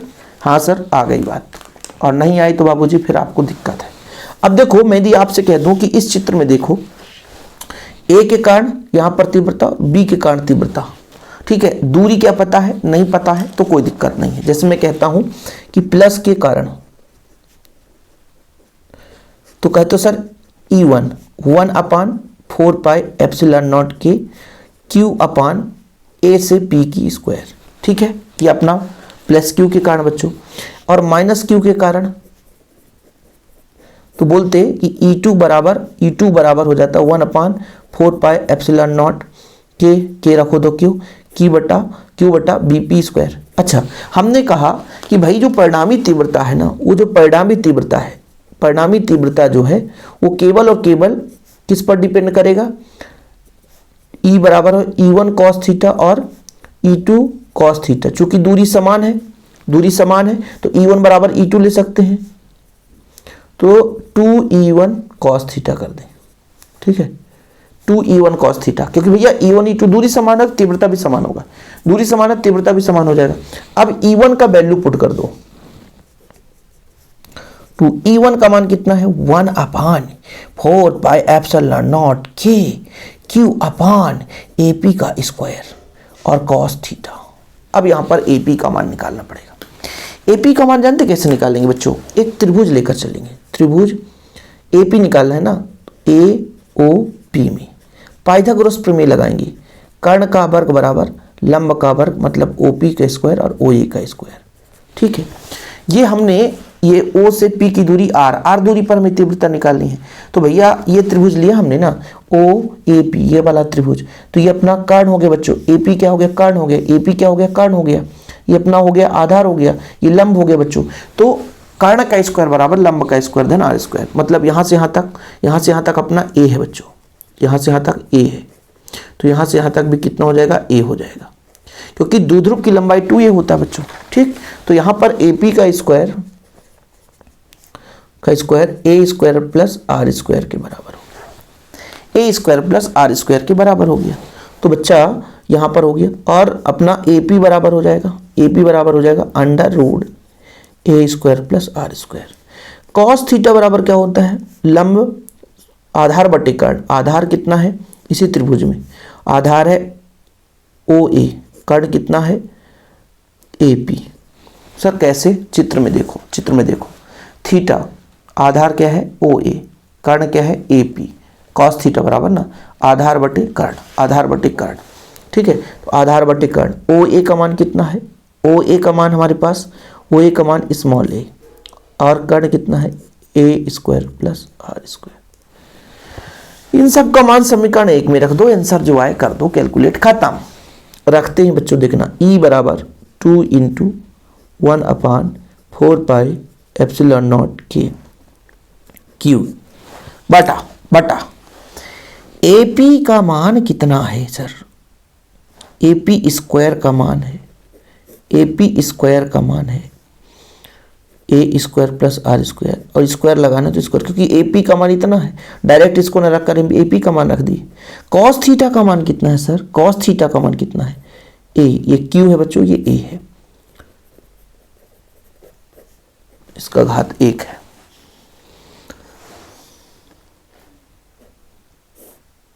अंडर रूट लगा दो।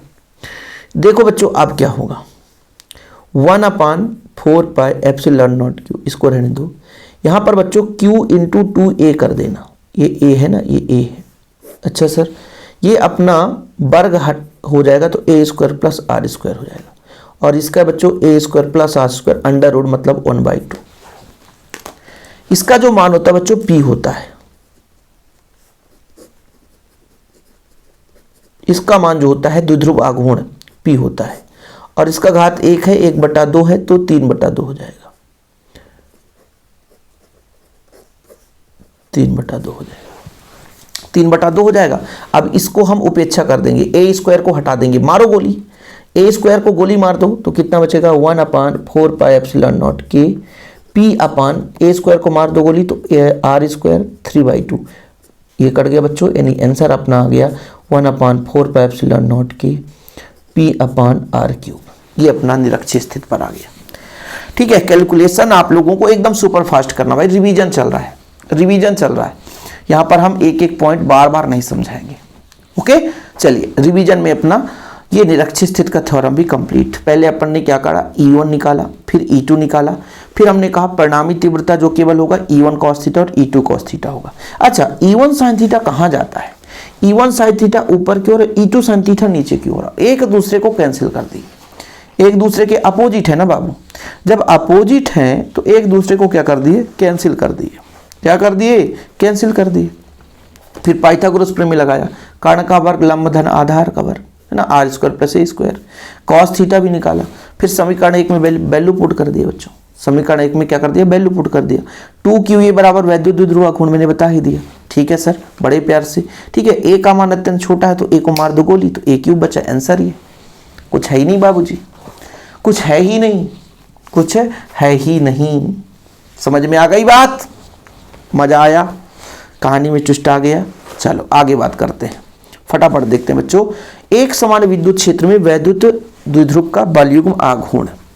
एक समान विद्युत क्षेत्र रखा हुआ है, एक समान विद्युत क्षेत्र है। देखो बोला गया एक समान विद्युत क्षेत्र कुछ इस तरीके से, विद्युत क्षेत्र रेखाएं परस्पर समानांतर बच्चों एक समान विद्युत क्षेत्र कहलाता है। अब इस विद्युत क्षेत्र में एक वैद्युत द्विध्रुव है, वैद्युत द्विध्रुव एक -Q है बच्चों और एक +Q है। इस पर जो बल है इधर जाने की कोशिश करेगा, इस पर बल इधर लगेगा। वो बल कितना होता है? QE के बराबर होता है। ठीक है, क्योंकि बच्चों विद्युत क्षेत्र की तीव्रता का फार्मूला आपने पढ़ा है, आवेश पर लगने वाला बल तो बल बराबर कितना हो जाएगा क्यू ई। ये आपके विद्युत क्षेत्र को बताता है। अब फिर बच्चों इसको आगे की ओर बढ़ाएं और इसको ऐसे बढ़ाएं तो एक त्रिभुज का नमूना बन जाता है। यहाँ पर कोण थीटा दे देते हैं और यहाँ पर एक बिंदु चित्र के अनुसार देते हैं बच्चों, एक बिंदु ओ दे देते हैं, एक बिंदु ओ दे देते हैं। अपना ये ए है और ये बी है। ए भी एक वैद्युत द्विध्रुव है। क्या बच्चों, ए भी एक वैद्युत द्विध्रुव है जो प्लस क्यू माइनस क्यू आवेश से निर्मित है ना, जिसकी लंबाई 2a है। मतलब यहाँ से यहाँ तक की जो लंबाई है वो हमने कितना मान लिया बच्चों, 2a है। ठीक है, ए पर अपना प्लस क्यू ई है ना, और बी पर माइनस क्यू ई। यहाँ पर प्लस क्यू ई प्लस आवेश कण, यहाँ पर माइनस क्यू ई, और ये दोनों बल एक बलयुग्म का निर्माण करेंगे। जैसे ऐसा है तो इधर धक्का देगा और इधर, तो ऐसा बलयुग्म, भाई एक दूसरे के अपोजिट है तो बलयुग्म का निर्माण करेंगे। और इसी के कारण बच्चों इस द्विध्रुव पर बलयुग्म आघूर्ण उत्पन्न होगा। क्या उत्पन्न होगा बच्चों, बलयुग्म आघूर्ण उत्पन्न होगा। क्या होगा, बलयुग्म आघूर्ण उत्पन्न होगा। समझ में आई बात? फिर से थोड़ा समझने की कोशिश करिएगा कि भाई इस पर दो प्रकार से बल लग रहे हैं, एक प्लस क्यू के कारण, एक माइनस क्यू के कारण, एक दूसरे के विपरीत लग रहे हैं, तो बलयुग्म आघूर्ण उत्पन्न होगा। ठीक है, अच्छा इसकी क्रिया रेखा ये हो गई, इसकी क्रिया रेखा ये हो गई, इनके दोनों के बीच की दूरी ये हो गई बच्चों। यानी दोनों, एक बल इधर लग रहा है, एक बल इधर लग रहा है, तो दोनों बलों के क्रिया रेखा के बीच की दूरी अपना ओ ए हो गया। क्योंकि बलयुग्म आघूर्ण क्या कहता है, बलयुग्म आघूर्ण ये कहता है कि एक बल क्यू ई हो गया, एक बल क्यू ई हो गया, और दोनों के बीच की लंबवत दूरी, जैसे हमने यहां पर यदि सी ले लिए तो सी, जैसे ए सी, लंबवत दूरी बच्चों, लंबवत दूरी। ठीक है, एक बल अपना क्यू ई हो गया और दोनों बलों की क्रिया रेखा के बीच की लंबवत दूरी, दोनों बलों के क्रिया रेखा के बीच की लंबवत दूरी है ना, ये आपका प्रत्यानयन बलयुग्म आघूर्ण कहलाता है। एसी कैसे निकलेगा सर, साइन थीटा से निकलेगा। साइन थीटा का सूत्र होता है लंब बटे कर्ण, लंब अपना एसी बटा कर्ण अपना ए बी। एसी का मान तो हमें नहीं पता, निकालना है, लेकिन ए बी का मान हमें पता है 2a है। तो एसी बराबर हो जाएगा 2a साइन थीटा। क्या हो जाएगा, 2a साइन थीटा। तो टाउ बराबर एक बल कितना लग रहा है क्यू ई, एसी का मान कितना हो गया 2a साइन थीटा। अच्छा एक चीज बताओ कि भाई इसको ऐसा लिख सकते हैं q into 2a, q into 2a, और बच्चों अपना ई ए साइन थीटा रहने दो। सॉरी ए तो चला गया, ए तो गायब हो गया। अच्छा q इंटू 2a का मान p होता है, हाँ सर p है ना, और ये अपना e साइन थीटा। यही तो आ गया यार बलयुग्म आघूर्ण, यही तो आ गया बलयुग्म। सर 2 मिनट में हो जाता है, हाँ थ्योरम इतना लंबा चौड़ा नहीं रहता है ना। अब बोल दो थीटा का मान 0 डिग्री हो जाए, मतलब ये इसके आकर ऐसा जाकर समानांतर, तो क्या इसमें बल लगेगा? तो जब थीटा बराबर 0 तो टाउ बराबर पी ई साइन 0, और साइन 0 का मान कितना होता है 0, तो टाउ कितना हो जाएगा 0, उस पर बल नहीं लगेगा, बल नहीं लगेगा। लेकिन बच्चों थीटा बराबर 180 डिग्री हो जाए तो टाउ बराबर कितना हो जाएगा पी ई साइन 180 डिग्री। 180 मतलब विपरीत है, -1 होता है, तो टाउ बराबर माइनस पी ई लगेगा, लेकिन विपरीत दिशा में बल लगेगा। अस्थायी संतुलन कहलाएगा, माइनस होता है ना इसलिए अस्थायी संतुलन होगा। ठीक है, लेकिन 90 डिग्री पर हो बच्चों। अच्छा 180 पर कितना होता है यार, 180 पर भी 0 होता है। काश 0 का मान 0, तो काश 180 का, अरे भाई 0 होगा, काश में -1 होता, भाई ये गलत कर दिया मैंने। ठीक है चलो, थीटा बराबर यदि 90 डिग्री होगा बच्चों तो टाउ बराबर पीई साइन 90, और साइन 90 का मान अधिकतम होता है तो टाउ बराबर पीई, ये अधिक स्थायी होगा। ठीक, समझ में आ गई बात कि भाई मैंने कहा ए बी एक वैद्युत द्विध्रुव है, प्लस क्यू माइनस क्यू से आवेशित है, द्विध्रुव की लंबाई 2a है। तो बच्चों बलयुग्म आघूर्ण क्या होता है, एक बल, मैंने कहा एक बल कितना क्यू ई है, दोनों बलों की क्रिया रेखा के बीच की दूरी AC है। ठीक है सर, AC का मान कैसे निकालूंगा, साइन थीटा से, लंब बटा कर्ण, तो AC बराबर 2a साइन थीटा, मैंने भी निकाला 2a साइन थीटा। ठीक है, फिर बच्चों यहाँ पर वैल्यू पुट कर दिया, फिर Q इंटू 2a, द्विध्रुव आघूर्ण आपने पढ़ा है, Q इंटू 2a है ना, पढ़ा है बच्चों, Q इंटू 2a है ना, ये P बराबर 2QA, तो ये अपना PE साइन थीटा आ गया। फिर कंडीशन, सदिश रूप में कंडीशन, यदि थीटा बराबर 0 डिग्री हो तो टाउ का मान 0 है, थीटा बराबर 0 डिग्री हो तो टाउ का मान 0 है, और यदि बच्चों थीटा बराबर 90 डिग्री है तो टाउ का मान अधिकतम है, PE साइन थीटा। बताओ यार बाबूजी कैसा लगा मजाक, और क्लास भी कैसा लगा, थोड़ा सा रुक रुक के क्लास लेते हैं, मज़ा आएगा। अभी कहानी ख़त्म नहीं हुआ है, अभी गाउस का नियम है, गाउस के नियम का अनुप्रयोग है जो काम का है बच्चों। एक आध क्वेश्चन हम छोड़ देंगे, वन शॉट में अपन एक आध क्वेश्चन तो छोड़ेंगे ही, एक आध क्वेश्चन आप लोगों को छोड़ेंगे ही।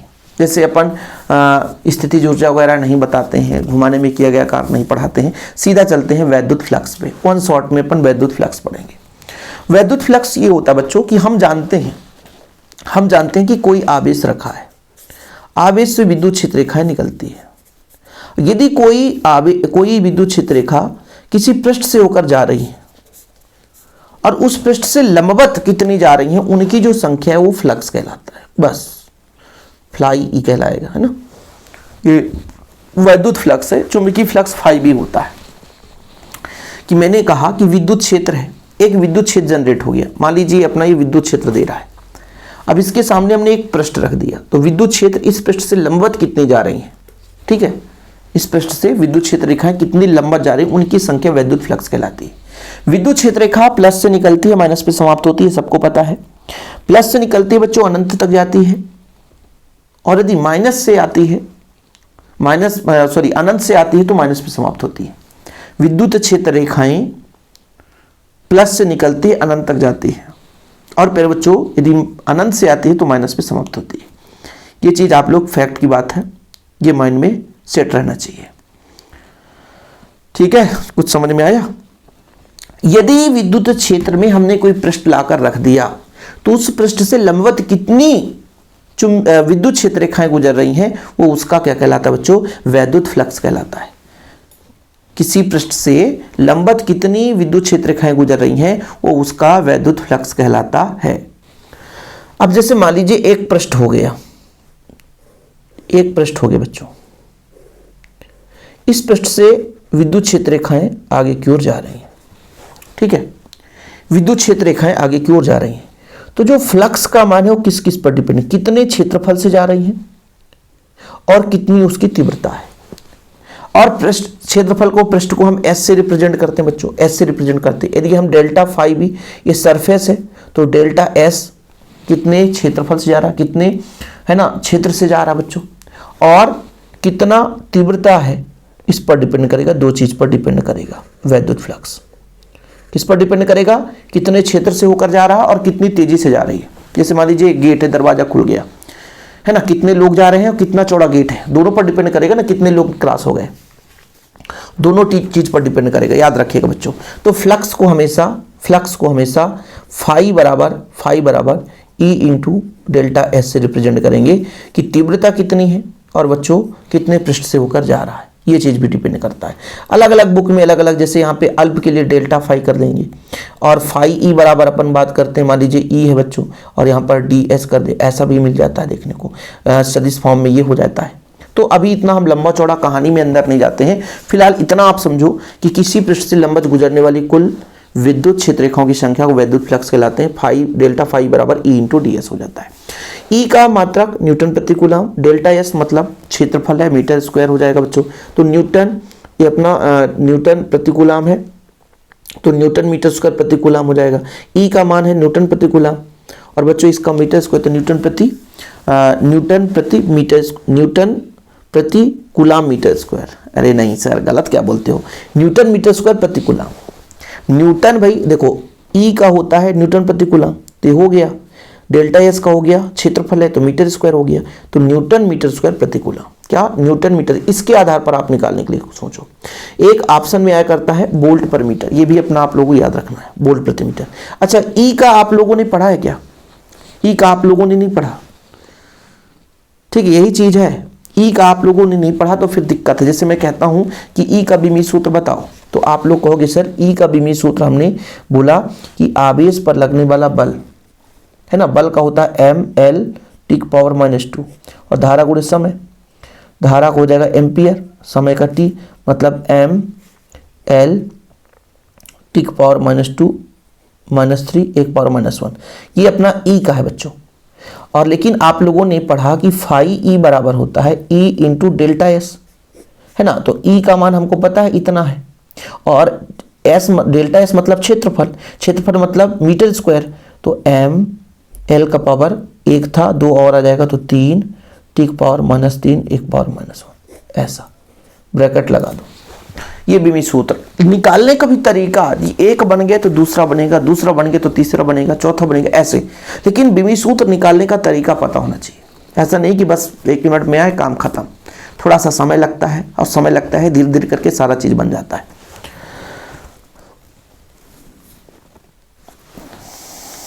ठीक है, चलिए बीमी सूत्र आप लोग इसका देख लेना बच्चों, क्वेश्चन कई बार पूछा जाता है। अब हम पढ़ेंगे बच्चों गाउस का प्रमेय।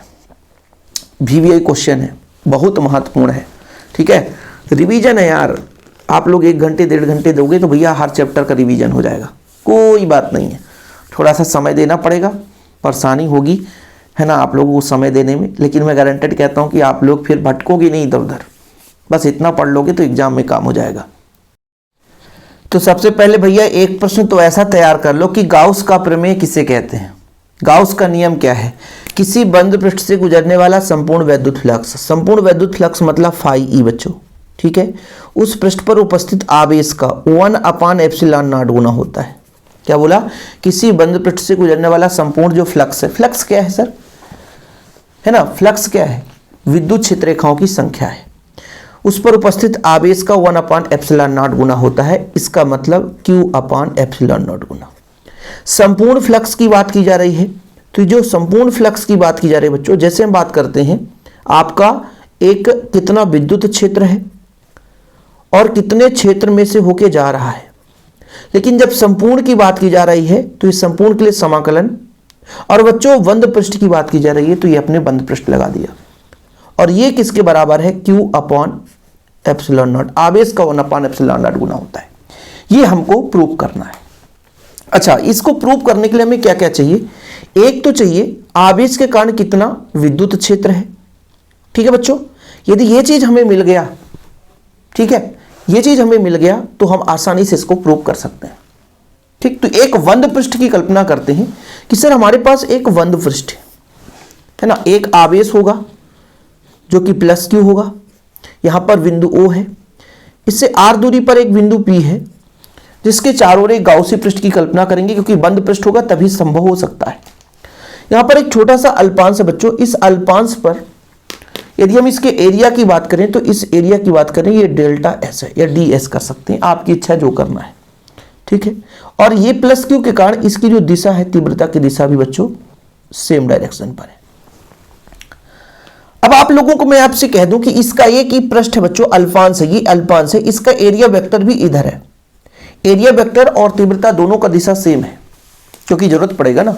मुझे क्या निकालना है? सबसे पहली बात तो ये आपको पता होना चाहिए, गाउस ने बताया कि किसी बंद पृष्ठ से गुजरने वाला संपूर्ण जो वैद्युत फ्लक्स है, उस पर उपस्थित आवेश का 1/ε0 गुना होता है। और संपूर्ण फ्लक्स जो होता है वो किससे निकलता है? वो कितना विद्युत क्षेत्र है भाई, कितना विद्युत क्षेत्र और कितने एरिया से होकर जा रहा है, इन दो चीजों पर डिपेंड करता है। तो मुझे सबसे पहले तो विद्युत क्षेत्र निकालना पड़ेगा, मुझे सर्वप्रथम तो विद्युत क्षेत्र की गणना करनी पड़ेगी ना। ठीक है, और विद्युत क्षेत्र निकल कर आ जाएगा तो फ्लक्स निकलेगा। ठीक, और फ्लक्स के आधार पर अपना गाउस का प्रमेय प्रूफ हो जाएगा।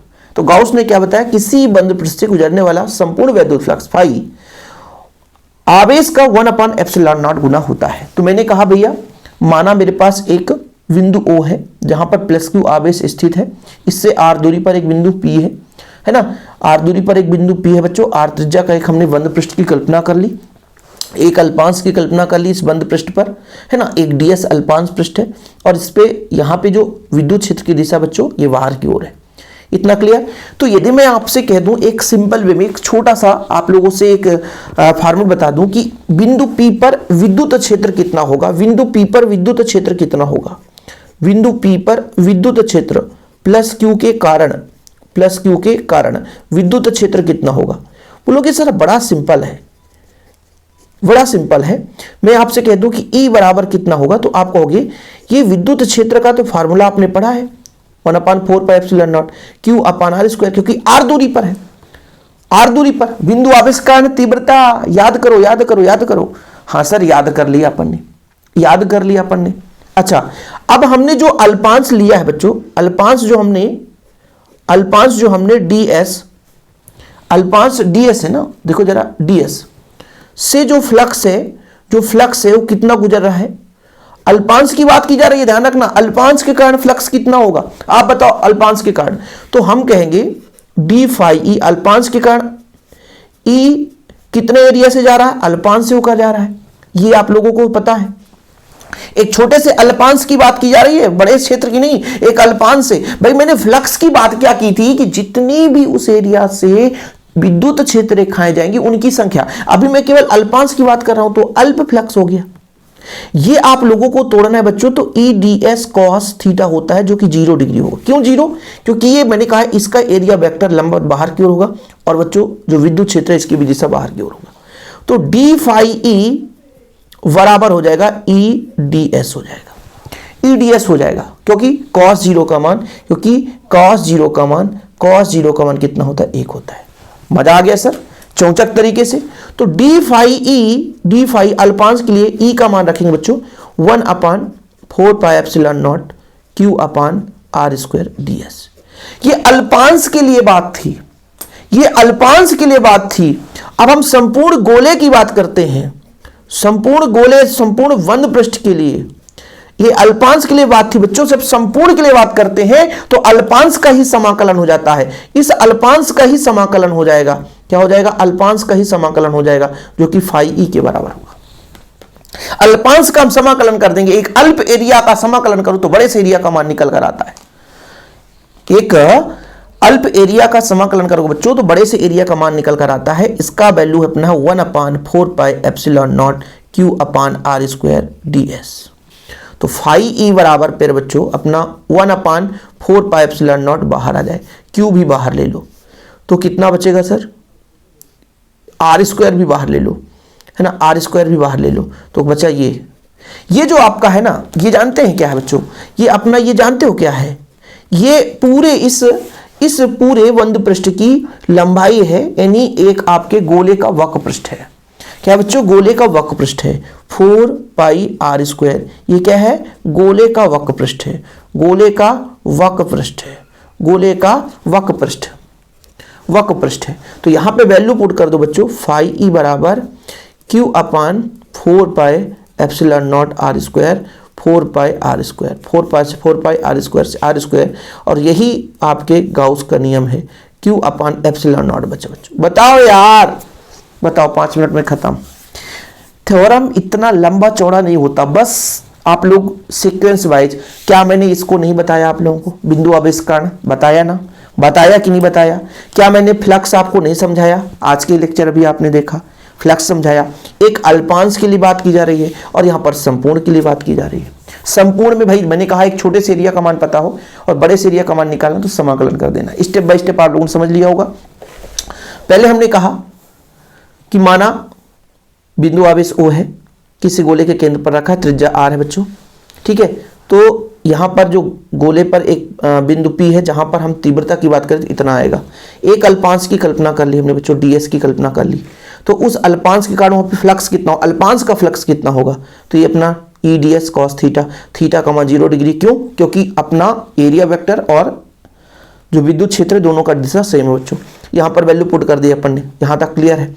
गोले के पृष्ठ से गुजरने वाला विद्युत फ्लक्स अपना इतना आ गया, ठीक है भाई। देखो ये अल्पांश के लिए था, संपूर्ण के लिए क्या करेंगे, समाकलन करेंगे। सेम प्रोसेस हमने किया भैया, संपूर्ण के लिए समाकलन कर दिए, समान वैल्यू पुट कर दिए, क्या कर दिए, वैल्यू पुट कर दिए, ये वैल्यू पुट कर दी हमने, ठीक है। वैल्यू पुट कर दिए, संपूर्ण के लिए बात की जा रही है तो वैल्यू पुट करेंगे 4πr², गोले का पृष्ठीय क्षेत्रफल रखेंगे, बस 4π से 4π, r² से r² कट गया, यही गॉस का प्रमेय। चीज है क्लियर, मजा आ गया। चलिए अगला जो अपन पढ़ने वाले बच्चों, एक अनंत लंबाई का सीधा चालक तार है, एक अनंत लंबाई का सीधा चालक तार है और सीधा चालक तार के कारण कितना तीव्रता होगा टोटल, ठीक है। एक चालक तार है बच्चों और गाउस के प्रमेय का ही अनुप्रयोग है, ये गाउस के प्रमेय का अनुप्रयोग है। यदि आप लोग थोड़ा सा भी समझ लेंगे कि एक लंबाई के चालक तार है, ठीक है सर, इसके चारों ओर एक बंद पृष्ठ की कल्पना करते हैं तो एक बेलन बन जाएगा ऐसा, ठीक है, एक बेलन बन जाएगा, सही है सर। इसको S1 दे दिए, इसको S2 दे दिए और एक बेलन होगा बच्चों, इसको S2, इसको S3, जो भी आप यहाँ पे कैसा दिया हमने, S1 S2 S3 है, ठीक है, S1 S2 S3 दे दिए। समझने की कोशिश करिएगा, ये L लंबाई का है, ये प्लस आवेश से आवेशित है, यहां पे प्यारे बच्चों प्लस आवेश है, तो एक चीज बताओ, जैसे मान लीजिए यहां पे कल्पांश है, इसका एरिया वेक्टर इधर होगा और यहां पे अपना ई का मान भी इधर होगा, लेकिन यहां पे जो एरिया वेक्टर, इसका एरिया वेक्टर इधर होगा लेकिन ई का मान इधर होगा। ये चीज मैं आपको क्यों समझा रहा हूं, फिर से समझना। ये अपना एक चालक तार है, चालक तार पर प्लस आवेश है, तो या इसमें कहीं भी आप देखो तो इसका लंबवत इधर होगा या तो इधर होगा, ठीक है, ऊपर की ओर तो नहीं हो सकता भाई। विद्युत क्षेत्र इसका लंबवत या तो इधर होगा या इधर होगा, मतलब जैसे ये पृष्ठ आपका फंसेगा विद्युत क्षेत्र के लंबवत में।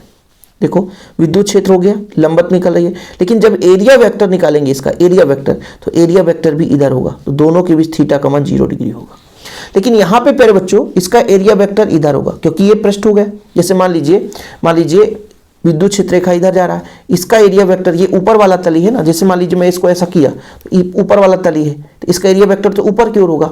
इसके वाले भाग में, ऊपर वाले भाग को देखो, इसका एरिया वेक्टर ऊपर होगा और विद्युत क्षेत्र रेखा ऐसी है ना, मतलब इसका एरिया वेक्टर ऊपर की ओर होगा। एरिया वेक्टर कहाँ होगा, ऊपर की ओर होगा, और विद्युत क्षेत्र इधर होगा, तो यहाँ पे थीटा बराबर कितना डिग्री, 90 डिग्री। अच्छा, इसका एरिया वेक्टर नीचे की ओर होगा और विद्युत क्षेत्र इधर है बच्चों, तो यहाँ पे 90 डिग्री और यहाँ पर 0 डिग्री, मतलब एरिया वेक्टर जो होगा, इसका एरिया वेक्टर और विद्युत क्षेत्र के भी 0 डिग्री, मतलब केवल यहाँ पर आपका तीव्रता निकलेगा, बाकी यहाँ तो खत्म कहानी। अब इस फिलहाल मैं आपको शाब्दिक रूप से समझा रहा हूँ मैंने क्या क्या माना है, क्या क्या किया है, पहले थोड़ा आप समझो। माना अनंत लंबाई का एक चालक तार है, ठीक है सर, चालक तार है, ठीक है, उस पर एक समान रैखिक आवेश घनत्व लैम्डा है। रैखिक आवेश घनत्व तो एकांक लंबाई पर उपस्थित आवेश की मात्रा। आवेश घनत्व 3 प्रकार का होता है, एक आपका रैखिक आवेश घनत्व, जैसे आपने कहा एकांक लंबाई पर उपस्थित आवेश की मात्रा रैखिक आवेश। बच्चों आपका पृष्ठीय आवेश घनत्व, एकांक पृष्ठ पर एकांक क्षेत्रफल पर उपस्थित आवेश की मात्रा पृष्ठीय आवेश घनत्व। और एक आयतन आवेश घनत्व, एकांक आयतन पर उपस्थित आवेश की मात्रा। इसको हमने 3 पृष्ठों में डिवाइड किया बच्चों। एक आपका S1, ठीक है, समतल पृष्ठ बेलन का ऊपर वाला भाग। S2 ये आपका पूरा वक्र पृष्ठ है बच्चों, बेलन का वक्र पृष्ठ है, ठीक है, और एक समतल पृष्ठ S3।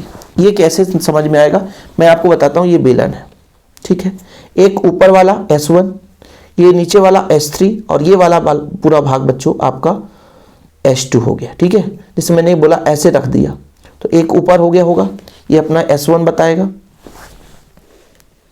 ठीक है, इसको ऐसा रख देते हैं, ठीक। ये ऊपर वाला भाग S1 बताएगा, नीचे वाला भाग S2 बताएगा, और ये बच्चों ये पूरा गोला पूरा आपका S2 कहलाएगा। ये अपना S1 ये है, गोला वाला भाग S2 और नीचे वाला S3। अब बच्चों यहाँ पे ऐसे विद्युत क्षेत्र रेखाएं होंगी, यहाँ पर एरिया वेक्टर, जहाँ पे देखोगे एरिया वेक्टर, इसका एरिया वेक्टर बाहर की ओर होगा। इस पे आप पूरे वक्र पृष्ठ की बात करो, एरिया वेक्टर इधर हो सकता है, इधर भी हो सकता है, जहाँ जिस बिंदु पर, इसका एरिया वेक्टर ऊपर की ओर होगा, नीचे वाले का एरिया वेक्टर नीचे की ओर होगा। तो आप लोगों को समझना पड़ेगा कि 3 प्रकार से इसका हमको क्या निकालना बच्चों, तीव्रता निकालना है। एक S1 के कारण, एक S2 के कारण और एक S3 के कारण। तो जब हम S1 के कारण फ्लक्स निकालेंगे बच्चों, तो फ्लक्स का फॉर्मूला पता है, EDS cos थीटा हो जाएगा। भाई वेक्टर फॉर्म में मैंने आपको समझाया है कि भाई आपका फ्लक्स जो फाई है वो E dot delta S DS के बराबर होगा। इसको तोड़ेंगे बच्चों तो EDS cos थीटा। अब थीटा का मान कितना है, तो S1 के कारण मैंने बोला कि एरिया वेक्टर ऊपर की ओर और E इधर की ओर, भैया तो थीटा बराबर यहाँ पर 90 डिग्री। थीटा बराबर कितना, 90, तो थीटा बराबर 90 रखेंगे बच्चों, 0 आ जाएगा। लेकिन जब हम S3 के कारण करेंगे बच्चों, इसी तरीके से S3 के कारण यहाँ पर भी थीटा बराबर 90 डिग्री आपको समझाया, इसके कारण भी 0 हो जाएगा। हाँ सर, लेकिन जो S2 होगा बच्चों ये 0 डिग्री होगा, यहाँ पर बताया मैंने, इसलिए बार बार बता रहा हूँ। एरिया वेक्टर यहाँ पर इसका इधर होगा, विद्युत क्षेत्र भी इधर होगा, तो 0 डिग्री होगा। तो जब 0 होगा तो cos 0 को मान 1 रखेंगे बच्चों, cos 0 को मान 1 रखेंगे तो DS हो जाएगा। और DS क्या है, एक अल्पांश का है ना पृष्ठ है बच्चों, और समाकलन लग गया मतलब संपूर्ण के लिए। और बेलन का जो वक्र पृष्ठ होता है 2πRL होता है, 2πRL बेलन का वक्र पृष्ठ 2πRL होता है। याद रखिएगा ये 2πRL बेलन का वक्र पृष्ठ है, क्योंकि मैंने आपको क्या बताया कि भाई ये अपना मान लीजिए ये अपना क्या है, बेलन है। ऊपर वाले के कारण तो खत्म, फ्लक्स 0, नीचे भी फ्लक्स 0, लेकिन इस पृष्ठ के कारण फ्लक्स आता है। इस पृष्ठ का तो E डॉट DS, तो EDS cos थीटा, ये आप लोगों को अदिश गुणनफल आपने पढ़ा है। थीटा का मान 0 डिग्री रखे तो EDS आ गया है ना, E को बाहर ले लिया ds एक अल्प पृष्ठ यानी छोटे से अल्पांश का है, लेकिन संपूर्ण के लिए बात कर दी गई, पूरे पूरे भाग के लिए, तो पूरा ये बेलन का वक्र पृष्ठ होगा, और बेलन का वक्र पृष्ठ होता है 2πrl, 2πrl रख दो बच्चों, है ना। तो हमने कहा कि तीनों के कारण पहले यानी जैसे अपना ऊपर के कारण जो फ्लक्स आया वो 0 आया, नीचे के कारण जो फ्लक्स आया 0 आया, और केवल इस वक्र पृष्ठ के कारण फ्लक्स आया E इंटू 2πrl। याद रखिएगा, क्योंकि बेलन में 3 भाग हो गया, एक ऊपर समतल, एक नीचे समतल, एक वक्र पृष्ठ, तो ऊपर के कारण 0, नीचे के कारण 0, केवल वक्र पृष्ठ के कारण अपना क्या आया बच्चों, वैद्युत फ्लक्स आया। अब आप लोगों को पता है कि गाउस का प्रमेय क्या कहता है, गाउस का प्रमेय कहता है फाई ई बराबर Q upon epsilon naught. Phi E का मान रख दो E इंटू 2πrl, ठीक है। तो यहां से बच्चों E का मान निकल कर आ जाएगा, ठीक है, E का मान आ गया निकल करके। अब आप लोग Q बराबर लैम्डा एल रख सकते हैं, तो आप जब लैम्डा एल रखोगे बच्चों तो L से L कैंसिल हो जाएगा, इसका आंसर आ जाएगा। ये आप लोगों को थोड़ा समझना है कि भाई ये लैम्डा है क्या। लैम्डा हमने बताया था कि मान लीजिए एक आपका चालक तार है, ये प्लस आवेश से आवेशित है, तो एकांक लंबाई पर उपस्थित आवेश की मात्रा रैखिक आवेश घनत्व कहलाती है। तो Q बराबर आपका लैम्डा एल हो जाएगा बच्चों। तो Q बराबर हमने लैम्डा एल रख दिया, Q बराबर लैम्डा एल, L से L कट गया, ये आपका फाइनल आंसर हो गया। ये चीज आपका बच्चों कंप्लीट होता है।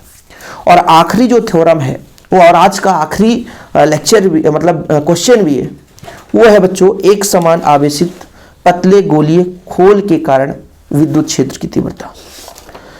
ठीक है, एक समान आवेशित पतले गोलीय खोल के कारण विद्युत क्षेत्र की तीव्रता। मजा आएगा, थोड़ा समय ले लें, है ना, थाक कम कर लें आप लोगों के लिए। चलो शुरू करते हैं बच्चों। सबसे पहले अपन क्या करते हैं, एक बिंदु आवेश लेते हैं, एक O लेते हैं, ठीक, और यहां पे बच्चों कैपिटल R त्रिज्या का एक हम गोला बना लेते हैं। अभी सिर्फ समझने के लिए बात है, ठीक है। और हम कहते हैं कि बिंदु जो है, जो बिंदु है ये मान लीजिए कैपिटल R हो गया, बिंदु R दूरी पर एक यहाँ पर बिंदु P है, गोला है, एक बिंदु P है, गोले से बाहर है, जहाँ पर हमें क्या निकालना है, गोली कवच कर्ण तीव्रता निकालनी। तो यहाँ पर भी हमको एक बंद पृष्ठ बनाना पड़ेगा, तभी गाउस का नियम लग सकता है, क्योंकि गाउस के नियम का अनुप्रयोग पढ़ रहे हैं बच्चों, गाउस के नियम का अनुप्रयोग पढ़ रहे हैं। गाउस के नियम का अनुप्रयोग पढ़ना है तो हमें एक बंद पृष्ठ की कल्पना करनी पड़ेगी, एक बंद पृष्ठ की कल्पना करनी पड़ेगी। कुछ समझ में आया? ठीक है, मैंने बोला भाई कि O से यहाँ पे प्लस Q आवेश है, R दूरी पर एक बिंदु P है, जहाँ पर एक गाउसी पृष्ठ हमने बना दिया। तो गाउसी पृष्ठ के कारण बच्चों यहाँ पर एक फ्लक्स निकलेगा, ठीक है, जो कि गाउस के नियम से निकलेगा। तो फ्लक्स का फॉर्मेट क्या होता है, कि फ्लक्स का फॉर्मेट होता है फाई ई बराबर, एक पूरे पृष्ठ के लिए बात करें बच्चों तो समाकलन लगाते हैं, कितना हो जाएगा EdS। ये आपके गाउस नियम के आधार पर फ्लक्स निकल कर आ गया, फाई बराबर विद्युत फ्लक्स आपने पढ़ा बच्चों। अच्छा थोड़ा ध्यान दीजिएगा, मैं यहाँ पर एक छोटा सा अल्पांश बनाता हूँ, अभी एक अल्पांश बना रहा हूँ, और अल्पांश पर मैं यदि आपसे कह दूं कि इसका एरिया वेक्टर, तो एरिया वेक्टर हमेशा बाहर की ओर होता है, और यहाँ पे जो तीव्रता है बच्चों, तीव्रता भी बाहर की ओर होगा, क्योंकि प्लस की आवेश से विद्युत क्षेत्र रेखाएं बाहर की ओर चलती हैं, तो तीव्रता भी बाहर की ओर होगा। तो यहाँ पे आपसे कह दूं कि फाई ई बराबर, इसको तोड़ोगे बच्चों, तो तोड़ने पर क्या होता है, EdS cos 0 डिग्री। cos 0 क्यों कर दिया आपने सर, मुझे ये समझ में नहीं आया, cos 0 क्यों कर दिया आपने? cos 0 इसलिए कर दिया क्योंकि बच्चों दोनों जो आपका दिशा है सेम है, ds भी उधर E भी उधर, दोनों के भी 0 डिग्री। तो फाई E बराबर जो अपना वैल्यू आया, कितना आया, EdS आया। ठीक, इसे कोई प्रॉब्लम नहीं है प्रॉब्लम।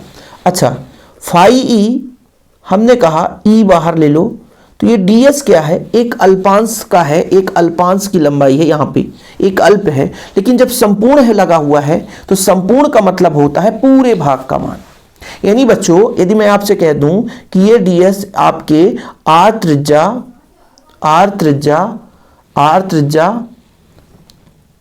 त्रिज्या के गोले का वक्र पृष्ठ है, तो 4 पाई r स्क्वायर।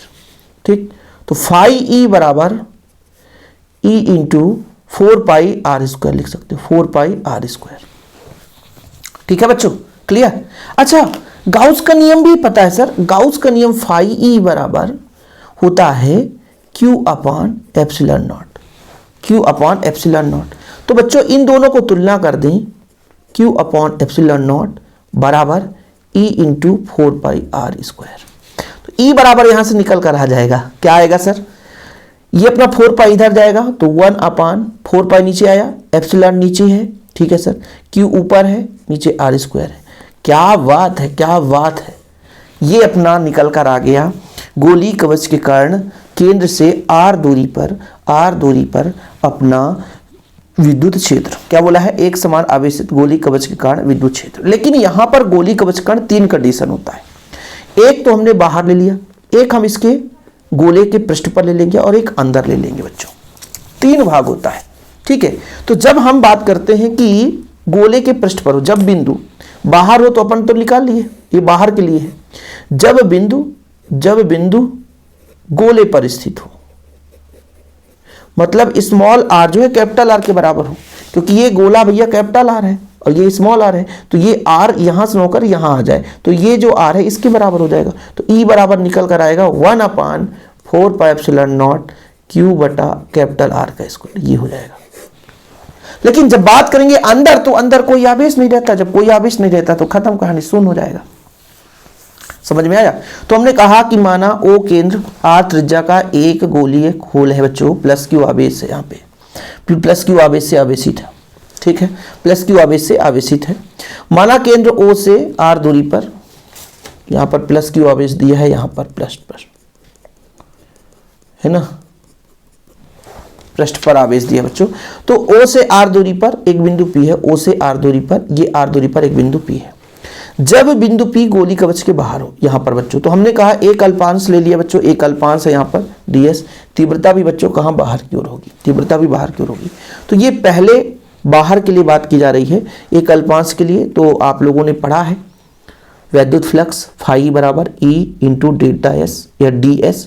तोड़ेंगे बच्चों ई ds cos थीटा, थीटा का मान कितना 0 डिग्री, तो cos 0 का मान कितना हो जाएगा 1, ठीक है बच्चों, cos 0 का मान 1 हो जाएगा, EDS हो गया। मैंने आपको कहा कि गोले का पृष्ठ है 4πr स्क्वायर यहाँ रख दिया, गाउस के प्रमेय से लगा दिया बच्चों, तुलना कर दी, ये अपना व्यंजक आ गया, यही अभीष्ट व्यंजक है। लेकिन कंडीशन भी रहता है कि जब बिंदु गोली पृष्ठ के बाहर हो, जब बिंदु गोली पृष्ठ से बाहर हो, ठीक है, तो फिर भैया आर के जगह नहीं यार, गोली पृष्ठ पर हो, पहले हमने बाहर के लिए निकाला था, ये गोली पृष्ठ के लिए कर दिया, ये गया। और जब बच्चों अंदर हो, अंदर कोई आवेश नहीं होता, इस कारण से शून्य हो जाता है। तो आप लोग स्क्रीनशॉट ले सकते हो। बाकी नोट्स के लिए तो मात्र 100 रुपये लगते हैं, आप सबको पता है, जो पूरा पढ़ा वो आप लोगों को सबको पता है, और हम शुरू से ही लेक्चर कराते रहते हैं। चैनल पे पहली बार आए हैं, चैनल को सब्सक्राइब कर लें, और अगले चैप्टर के लिए इसमें प्यार भरा कमेंट्स और भर भर के, है ना, लोगों का प्यार दिखना चाहिए, तभी अगला लेक्चर आप लोगों के लिए आएगा। ओके बच्चों, फिलहाल अभी के लिए इतना ही। वीडियो पसंद आए तो लाइक करके शेयर कर दें, है ना। जय हिंद, वंदे मातरम।